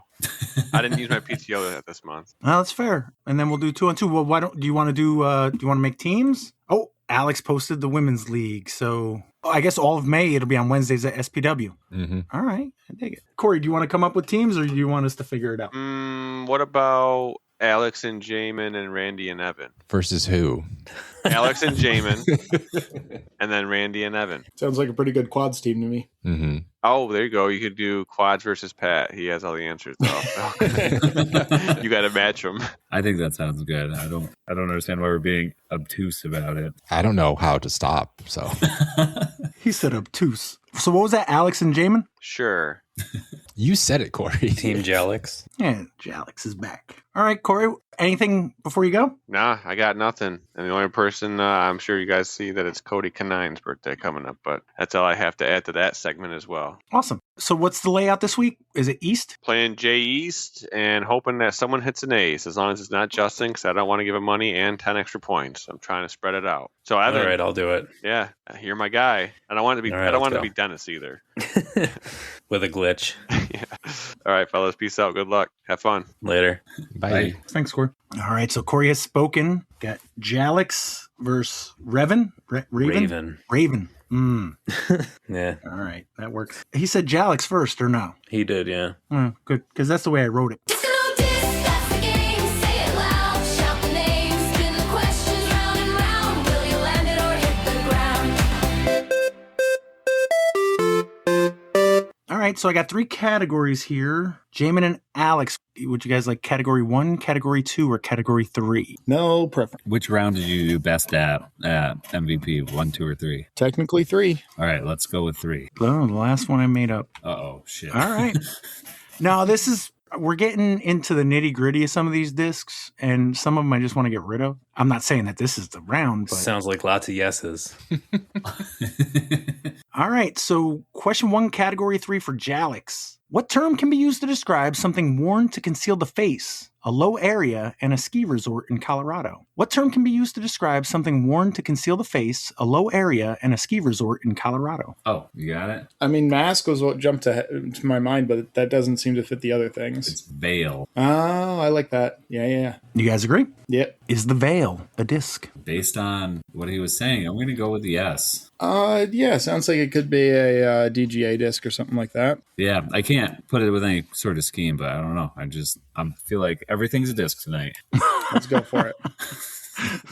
You guys agree? Sounds good. Meridian Discs, November 17th, 2025. Good start. All right. Raven, Category 1, Category 2, or Category 3? Randy, which round did you do best at MVPM side? Technically, 1 and 2 were the same exact rating. We'll take 1 and 2, Pat. Let's say 2. 2 is cooler. All right. Question 1, Category 2. According to Greek mythology, the tears of Heliodis fell into a river and hardened into what golden substance? The material was so valuable in the ancient world that a famous road or trade route was named for it, stretching from the Baltic Sea to the Mediterranean. According to Greek mythology, the tears of Heliodis, that's all I got, fell into a river and hardened into what golden substance? The material was so valuable in the ancient world that a famous road or trade route was named for it, stretching from the Baltic Sea to the Mediterranean. Gold. Done. Boom. Wait, didn't? No, he said it already. All right. Trade route named after this thing. He did say golden, right? He said golden. I wanted to say like salt, but that doesn't make sense. Tears are salty. Not golden. Still not But like golden. a salt road, that feels like a thing I've heard of somewhere. What's a valuable golden substance? Gold. I love it. Baltic Sea. Also salty. Is it going to be salt? I don't get the gold part. I don't know if the salt from the Baltic Sea is like, I don't know, somehow golden colored. Pat, I don't want you to say the guy's name again. Could you give us like part of it? According to Greek mythology, the tears of the Heliodis fell into a river and hardened into what golden substance? The material was so valuable in the ancient world that a famous road or trade route was named for it, stretching from the Baltic Sea to the Mediterranean. Is it like a gem or something? I don't know. I just keep coming back to salt. Me too. Well, is that a disc? Probably. Probably. Let's just go salt. I hate it. I don't think we were going to find something else. Okay, I bet Alex knows it. If it's not salt. You guys agree? Yeah. Yep. Jalix. According to Greek mythology, the tears of this guy, or girl, or people, fell into a river and hardened into what golden substance? The material was so valuable in the ancient world that a famous road or trade route was named for it, stretching from the Baltic Sea to the Mediterranean. Not Monopoly. Do you know what this one is, Alex? I am not familiar with this myth. The only thing that was coming to mind was amber. It's silk. The Silk Road. I mean, I've definitely heard of the Silk Road. I don't really think of silk as a golden substance. It is. The cocoons are like a very yellowy color. I could be wrong on this one, but I'm pretty sure it's silk. Sure. I mean, it's very valuable in the ancient world. That tracks. Yeah. It's also the reason we have mulberry trees in the United States. I would go with silk. I think that's the answer. Works for me. You guys agree? Yeah. We were looking for amber. Oh my God. I'm so Silk sorry. comes from China. Doesn't silk come from worms? It does. Yeah, but it's also, there's a Silk Road. And I know, but the Baltic Sea's north and south of across Europe. Yeah. Never mind. Hey, you All right, guys well, said salt. Hey, we're all It wrong. was golden. We're all so, wrong. Yeah. I distinctly said it was not golden, but I couldn't think of anything better. I would like to say we're not all wrong. Alex is right. Good job, Alex. I wasn't thinking of amber. But also, if you look up silk cocoons, they are golden. They are. Do they live in rivers? No. No, but they are processed in water. Are they Greek? Amber is the color of. We all Alex's screwed up because I made that a question 1, so that's... Is the amber a disc? Yes, Latitude 64, March 2nd, 2026. Ooh, recent. All right, but that was a steal. Well, it was a fumble. Let's not call it a steal. Would you like Category 2 or Category 3? Category 1 will be saved for a later date. What do you like, Alex? Either one. I like the first one we chose. Oh, was it 3? Yeah. Mhm. All right, let's go with that. Sounds good to me. All right, question 2, Category 3. According to a famous mathematical paradox, the length of what geographic feature gets longer the more precisely you measure it? According to a famous mathematical paradox, the length of what geographic feature gets longer the more precisely you measure it? That's the coastline paradox. Yeah. You guys agree? Yeah. Is the coastline a disc? I mean, again, sounds a lot like it could be a DGA disc. Yeah, it's very, very disc golfy coastline. I don't know. It's like 2 words that I could see somebody describing a disc flight as. Yeah. I Maybe like not it. together, but yep. Let's do it. You guys agree? Yeah. Swift Flight, November 10th, 2025. I love the fact that Alex keeps predicting totally wrong on the manufacturer. I'm just going to keep anything that sounds vaguely geographical is just automatically DGA in my mind. Well, that's fair. Raven, you're down 4-0. Would you like question 2 in category 2 or question 3 in category 3? I don't know.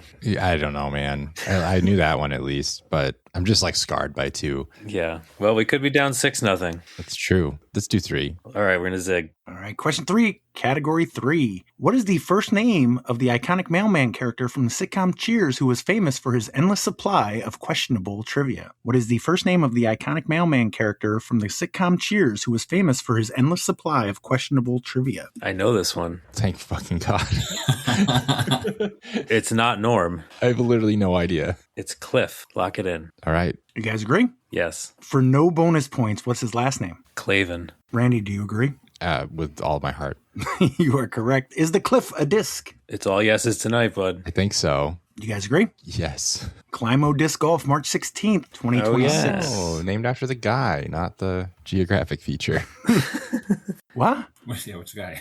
His first name is Cliff. Oh, is it? It was one of Ken's friends. It was like honoring him. Oh, that's cool. Oh, gotcha. Oh. Is that the name of the course too? Cliff Stevens? Oh, probably. Gotcha. That would make sense. All right.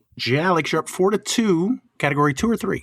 Do we also want to zag, or is that a big mistake? I mean, my thought is the question in 2 will probably be easier than the question in 3. Pat thought it was harder than the first question that we got because, like, he Also did, fair. But yeah, I trust you. I've already led you astray when you were totally right. So whatever you want, I'm cool with. Let's go 2 for this one, and we'll see if it bites us in the butt. Yeah. All right. Question 2, category 2. What word derived from Latin is used by environmental scientists and water treatment brands to describe water that has been successfully cleared of all contaminants, pollutants, and bacteria? What word derived from Latin is used by environmental scientists and water treatment brands to describe water that has been successfully cleared of all contaminants, pollutants, and bacteria? I mean, are we looking for pure? Oh, I like that. That's like way simpler than I was thinking, but it does fit the bill really well. I'm good with that. Yeah, I mean, like purified water, like it. I think. Yeah, no, that makes sense. I like it. You guys agree? Yeah, Sure. Is the pure a disc? certainly is. Yeah. I'm sorry, no. Latitude 64, April 13th, 2009. 6-2, Raven. What are the odds that there's more Cheers trivia? Are Vale and Coastline cheersy? No. Okay. In the history of the podcast, pretty high. But Pretty high. tonight, I can't say. So if we're taking Vale as a low-lying area, then so far it's kind of geography. Should we just stick with it just because maybe we'll have an idea? Yeah, the other one was Greek and then Latin. At least It was a Timnite. As some words are. Yeah. Yeah, there's a lot of words. Yeah. Let's stick with 3, I guess. Yeah, I agree. Okay. All right, question 4, category 3. In plate tectonics, what geographic feature is formed at a convergent boundary where one tectonic plate is subducted under another? In plate tectonics, what geographic feature is formed at a convergent boundary where one tectonic plate is subducted under another? I think it's fault. That's what I was thinking as well. Is that too easy for a 4? Am I overthinking it? No. I mean, that is what fault lines are. Mm-hmm. Okay. We're going fault. You guys agree? Yes. Alex, in plate tectonics, what geographic feature is formed at a convergent boundary where one tectonic plate is subducted under another? I was really hoping they were right. Well, so plate tectonics, if you've got one going under the other, I think that causes, it effectively causes a low spot, which could be a valley. Oh, I like that. I don't hate that. I think that is a disc. Yeah, it seems pretty close to Vale, but I mean, it's definitely different. Yeah, I'm good with it. It's a steal. Yeah, right. I don't know enough about this kind of thing to have a good opinion. Let's run with it. All right. You going with valley? Valley. We've actually used that. Not recently, but we've definitely used it. We were looking for trench, Fair. like Mariana's Trench. Okay. Meridian Discs, November 17th, 2025. But that was a steal. Alex, would you like 3 and 2 or 5 and 3? Probably go back to 2. I'm good with that. It worked out last time. Let's do it. Well, this was written with Randy in mind, but Question 3, category 2. In the Marvel Universe, what is the name of the abstract cosmic entity that serves as the collective consciousness of all living things and the physical embodiment of the universe itself? In the Marvel Universe, what is the name of the abstract cosmic entity that serves as the collective consciousness of all living things and the physical embodiment of the universe itself? I don't know this. Yep. I have an image in my head of a character like this, but I have no clue. This is so far away from anything that I could figure out. That's a Randy question, you know. He's got this one. So it's not going to be a watcher. Embodiment of everything. It's a cosmic entity. Is there an angle that we can get this from a theme of the category? I mean, we have amber and pure so far. Nothing's coming to mind that connects those two. Nope. Sorry. Yeah, I'm just completely worthless with this stuff. I couldn't tell you the last Marvel thing I've seen. It's like probably been a decade. Yes, but just being here, you have more Marvel knowledge than most, I would say. Actually, I enter a state of torpor anytime Marvel, I just shut down. When he hears in the Marvel Universe, he goes, yeah. It's Womp, womp, womp, womp, womp. Yeah, I've got Jeebus. Can I hear it one more time just in case something sparks something? In the Marvel Universe, what is the name of the abstract cosmic entity that serves as the collective consciousness of all living things and the physical embodiment of the universe itself? Consciousness of all things. No, yeah, I got nothing. What was that movie that was not too long ago? The Eternals? Immortals? Eternals. Must have been the Eternals. That sounds great. We're going to go with the Eternal. Sorry, I wish I could be more helpful. It's definitely not right, but hey, no worries. Can you be more specific? Maybe. I did not think that I was going to get this far. Could it be the Eternal? The Eternal something? Yeah, I got nothing. I know Evan is like screaming at his muted microphone right now, but yeah, I got nothing to be more specific on with that one. You want to stick with Eternal? I guess so. All right. No, that's fair. Raven. In the Marvel Universe, what's the name of the abstract cosmic entity that serves as the collective consciousness of all living things and the physical embodiment of the universe itself? Randy. Is it Eternal One? No, it's Eternity. Oh, cool. I had no idea. I would have been more lenient with Jalix, but how they got there was not. The Eternals have something to do with it, but it's a different character than the Eternals. It's like if you were grading a test, we just put down an answer with no showing your work. If we had shown our work a little bit, then maybe you could have given us a couple of bonus points. Exactly. So is the Eternity a disc? We still playing all yeses, Randy? I guess so. I don't love it either. This is the worst one, so far. I don't know. I still think it's all yeses. All right, sure. He said he's trying to get rid of discs. Yeah. On the third one, but I mean, never mind. We're going yes, Pat. Let's do it. You guys agree? Yes. Negative. April 13th, 2026. The worst. That is the worst. I am never opening up to you guys ever again. That's all I know. Why? Because we listen to you and pay attention? You bastards. Prognosis negative. I got 6-4. Is that correct? That's what I got. That's Feels what I like got. Well, they have a question in hand, though. Yeah, that was a steal. So you guys could potentially tie question 4 and 2 or question 5 and 3 for Raven. What do you think, Randy? I mean, after Fault, I have no confidence anymore.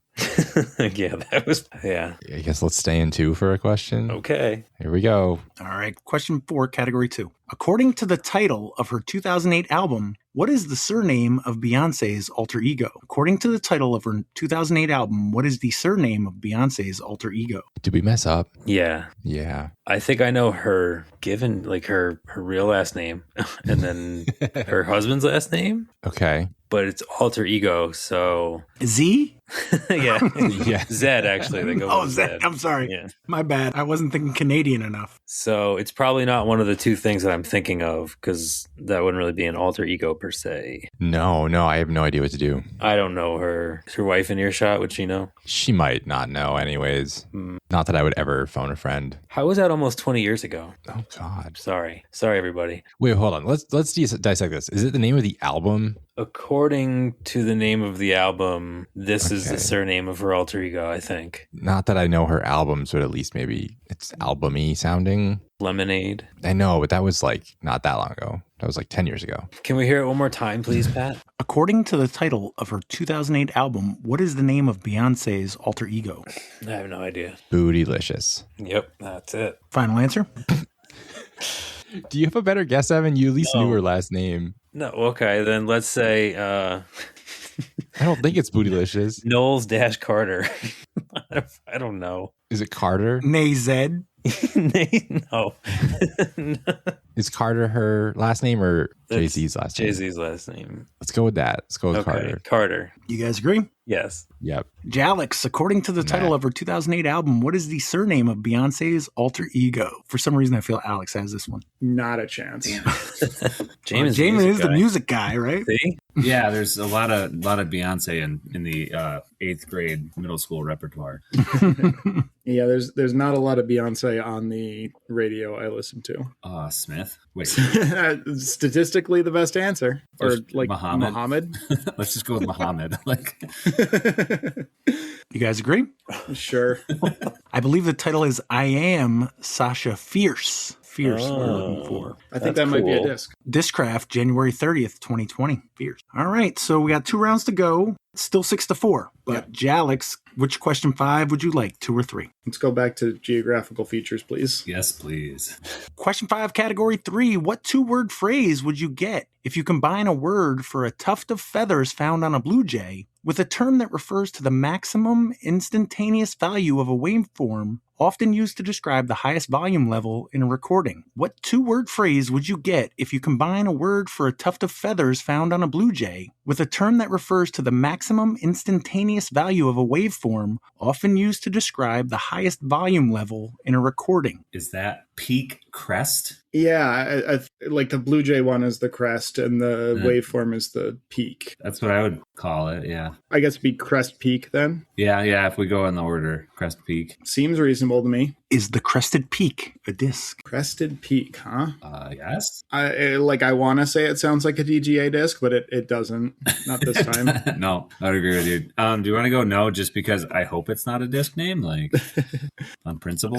Not to metagame too much, but like to get to crested peak, it's a tough question to get there, and I don't feel like I would come up with that as a term unless it was a disc. Yes, I am. Yeah, I'm good with that. I like that reasoning. I don't know. It seems reasonable to me, so let's go for it. That sounds good. That's kind of where I was going with it. It just sounds so bad. Yeah. But hey, disc golf is not always the best namers. Statue of true. Liberty. Yeah. You guys agree? Let's go with yes. Albatross Disc Golf, June 10th, 2024. Sounds like Jaimen is never getting sponsored by Albatross Disc Golf. No, Raven, question 5 and 2 or 6 and 3? Do we deserve both 6s at this point? I think so. I mean, I had the words crest and peak in my head Me too. too. So I would have gotten that, I guess, even though I don't think we can luck out tonight. So I think the aggressive play would take 6 in this category because we at least know the category. Okay. You guys agree? Yeah. Oh, yeah. I like it. Question 6, category 3. Photographer Clark Little is world renowned for capturing stunning, high-definition images from inside the impact zone of what specific type of wave that crashes directly onto the sand rather than in deep water? Photographer Clark Little is world renowned for capturing stunning, high-definition images from inside the impact zone of what specific type of wave that crashes directly onto the sand rather than in deep water? Full curl, like a surfing wave. Okay. The first kind of special wave that popped in my mind was tsunami, but I don't think that matches his I don't think that's a description. question 6. No, I don't either. Full curl, huh? What's a surfing wave called? Like when it's a tube. Like a pipeline or... That's better. That's a better disc name. I don't think it's tsunami. I don't think it's like that type of. No, in a tsunami, like the water all recedes out and then just huge waves come in. I don't hate your... Where did you get your first answer from? Or is it I just thought that's what it's called. Yeah, okay. Let's go with it because it makes sense. I don't know. I don't surf. Full curl. Final answer?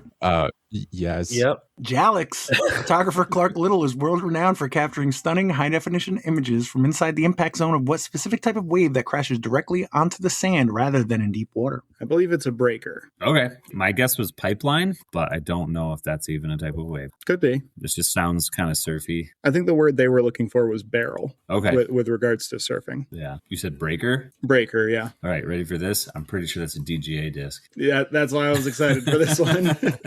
What are you going with? Breaker. Can you be more specific? No.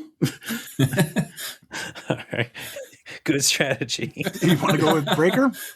Wait. I was unaware that there were types of breakers. We can reason through this. Breaking wave?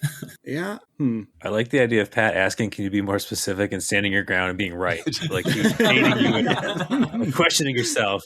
I like the obstinance for sure.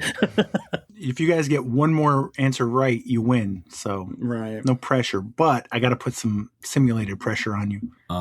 Breaking wave? Yeah. Like white caps? No, maybe? No. That sounds less specific. Yeah.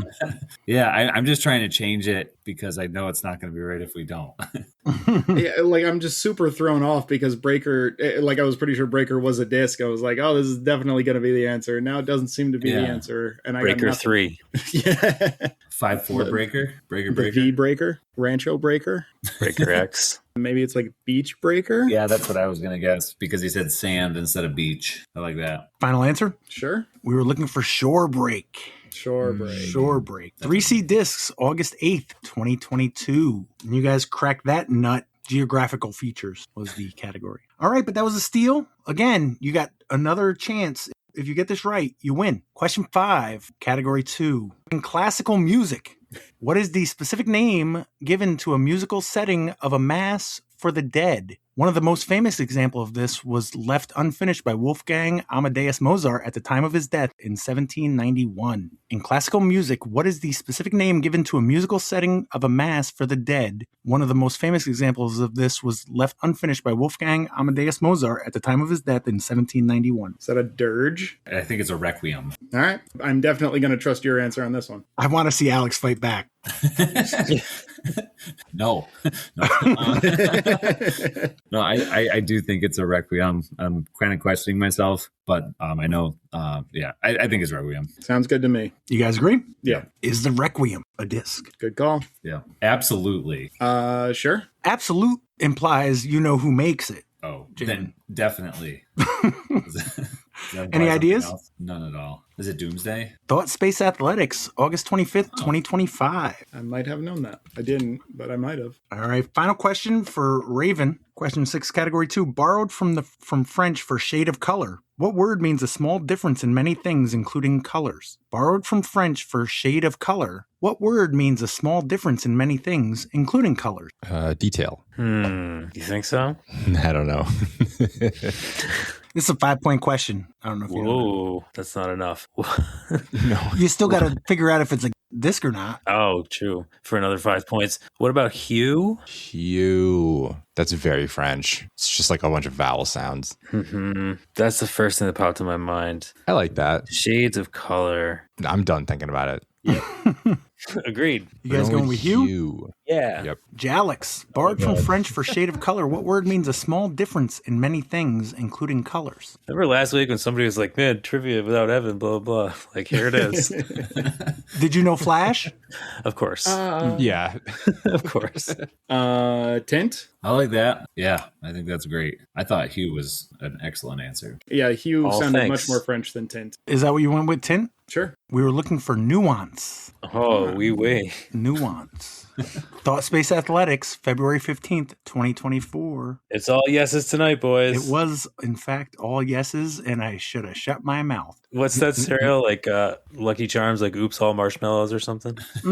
Or All Crunch Berries? What am I thinking? Oops, all of? berries. Yeah. But Okay. can all you right. figure out the category? We got Amber, Pure, Eternity, Fierce, Requiem, and Nuance. These all 311 songs. Oh, Jaimen, my I had God. the same thought when he said Amber, but is that I really already it? said the chorus. Oh my Yeah. God. Is it? Is it Is really it? it? Is that your only guess? That's not it. I don't know. I thought Amber, I thought 311, but I don't know about anything else. Pure, Eternity, Fierce. Nope, no idea. They're all fragrances, Oh, colognes or Okay. perfumes. Yeah. all right. All right. Well, congratulations, Jalix. So what do we got next weekend? Discap Flex, right? Discap Flex at Mindkill. And then there's a few people are going out to a tournament at Meadowbrook this week, which its name has completely escaped me. Apple Blossom at Meadowbrook Orchards. Thank you. Yep. Just a reminder, Discap presents the Tower of Flowers Women's Global Event. That's May 24th. Okay, so here's an idea. I gave a couple people at Riverside Hudson Valley Disc Golf podcast tags, and their first question was, when are we going to do a tag round? And it seems like this past month, April, there was no monthly. What if we do a monthly and make it a Hudson Valley Disc Golf Podcast tag round? Is there another month coming up that has difficulty finding a monthly? All of them.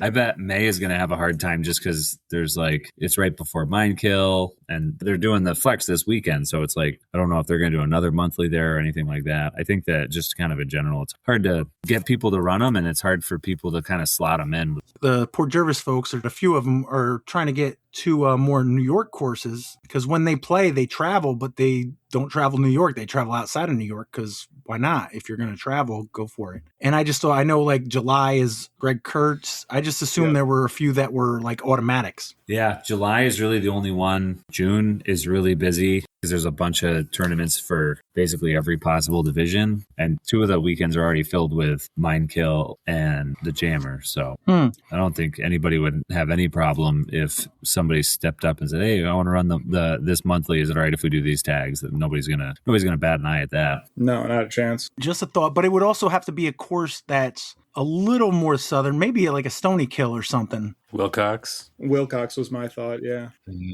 Well, actually, though, they've all played Wilcox. I'd want to get them to a course they haven't played, like a J Park or a Stonykill. Yeah. Oh, you're looking to bring people up north. I see now. I think both guys on our card had said they hadn't played J Park yet. Yeah. Yeah, if you're going for disc cap courses, J Park's the signature course of the area, I guess. So as of right now, there's no May. Not that I'm aware of. Pat, I love the idea. If it's a Sunday, I'm personally more likely to be able to attend and help run May it. Happy to has do that. been claimed. Oh, has it? Jeff Wojciechowski has it running at Shen on the 23rd of May. Well, that's cool because I almost wouldn't want to rush it. Yeah, maybe June then. Maybe June, but if not, I mean, it's more of the idea of it. If not June, then maybe August. If not August, maybe September. You can also just do it as like an organized thing. It doesn't have to be a Discat monthly and just hey, we're going to have a big get together. The reason for the monthly is it's a built-in excuse. For sure.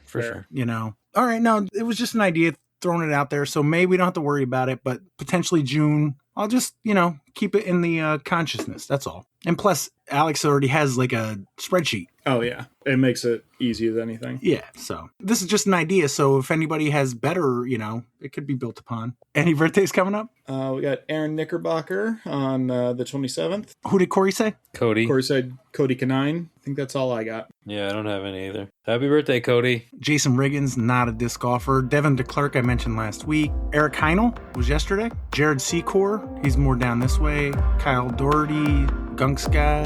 All right, well, thank you, Alex, Randy, Corey, Jaimen, and Evan, and Sweet Up Hudson Valley. Thanks, Pat. Thanks, Pat. Thanks, Pat. Thanks, everybody.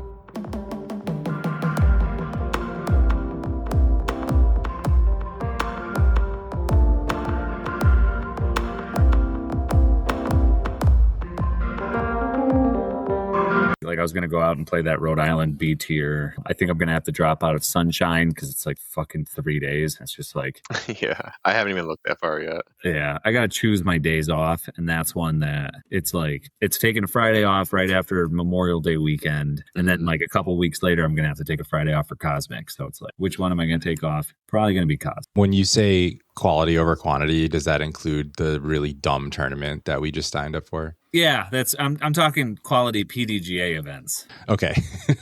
That's honestly going to keep that weekend so that like the next day I can go play Bro, like Brewster Ridge or something like that. Wait, what'd you guys sign up for? You're not invited. Quads tournament at Pyramids. Yep. 4-way at Pyramids. Yeah, I don't play shit courses anyway, so. This is the only time I would play Pyramids in a competitive round is when there's no rating up. Wouldn't it make more sense if they called it tries at Pyramid instead of quads? If it wasn't 4-person teams. Well, make it 3-person teams because it's a pyramid. It's got 3 points. Oh, yes, the triangle. But it's got a 4-sided base. As soon as I said it, I realized it, but a triangle. Okay, now we're getting into the whole New York Team Challenge triangle versus pyramid argument, but not where I was trying to go with that. But okay, you guys got me. So why isn't it 5 players? Ooh, That's too many. I'm like kind of curious how the hell we're going to do it. Is there going to be 2 like teams of 4 on a card? I would assume so. Yeah, it's going to be wild. Yeah. That's gonna take for fucking ever. Is it best disc? Mm-hmm. Yep. Yeah. Oh, wow. That's gonna feel more like a league round than playing fucking Mighty God in the pouring rain with only half a field.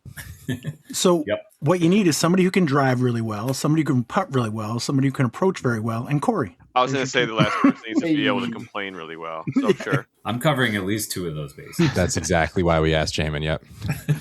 I was like, I could be a complainer. Nope, got that one covered. That's that's one of the 2 I'm planning on. No. Anybody have anything else before we get going? Nope. All right. What? I thought you were going to say something. Oh no! I in the next few minutes, I will be pulling a hot pizza out of the oven, so I'll be working that mute button. Ooh. I don't know. So start with Corey. Okay. Yeah, that's all good either way.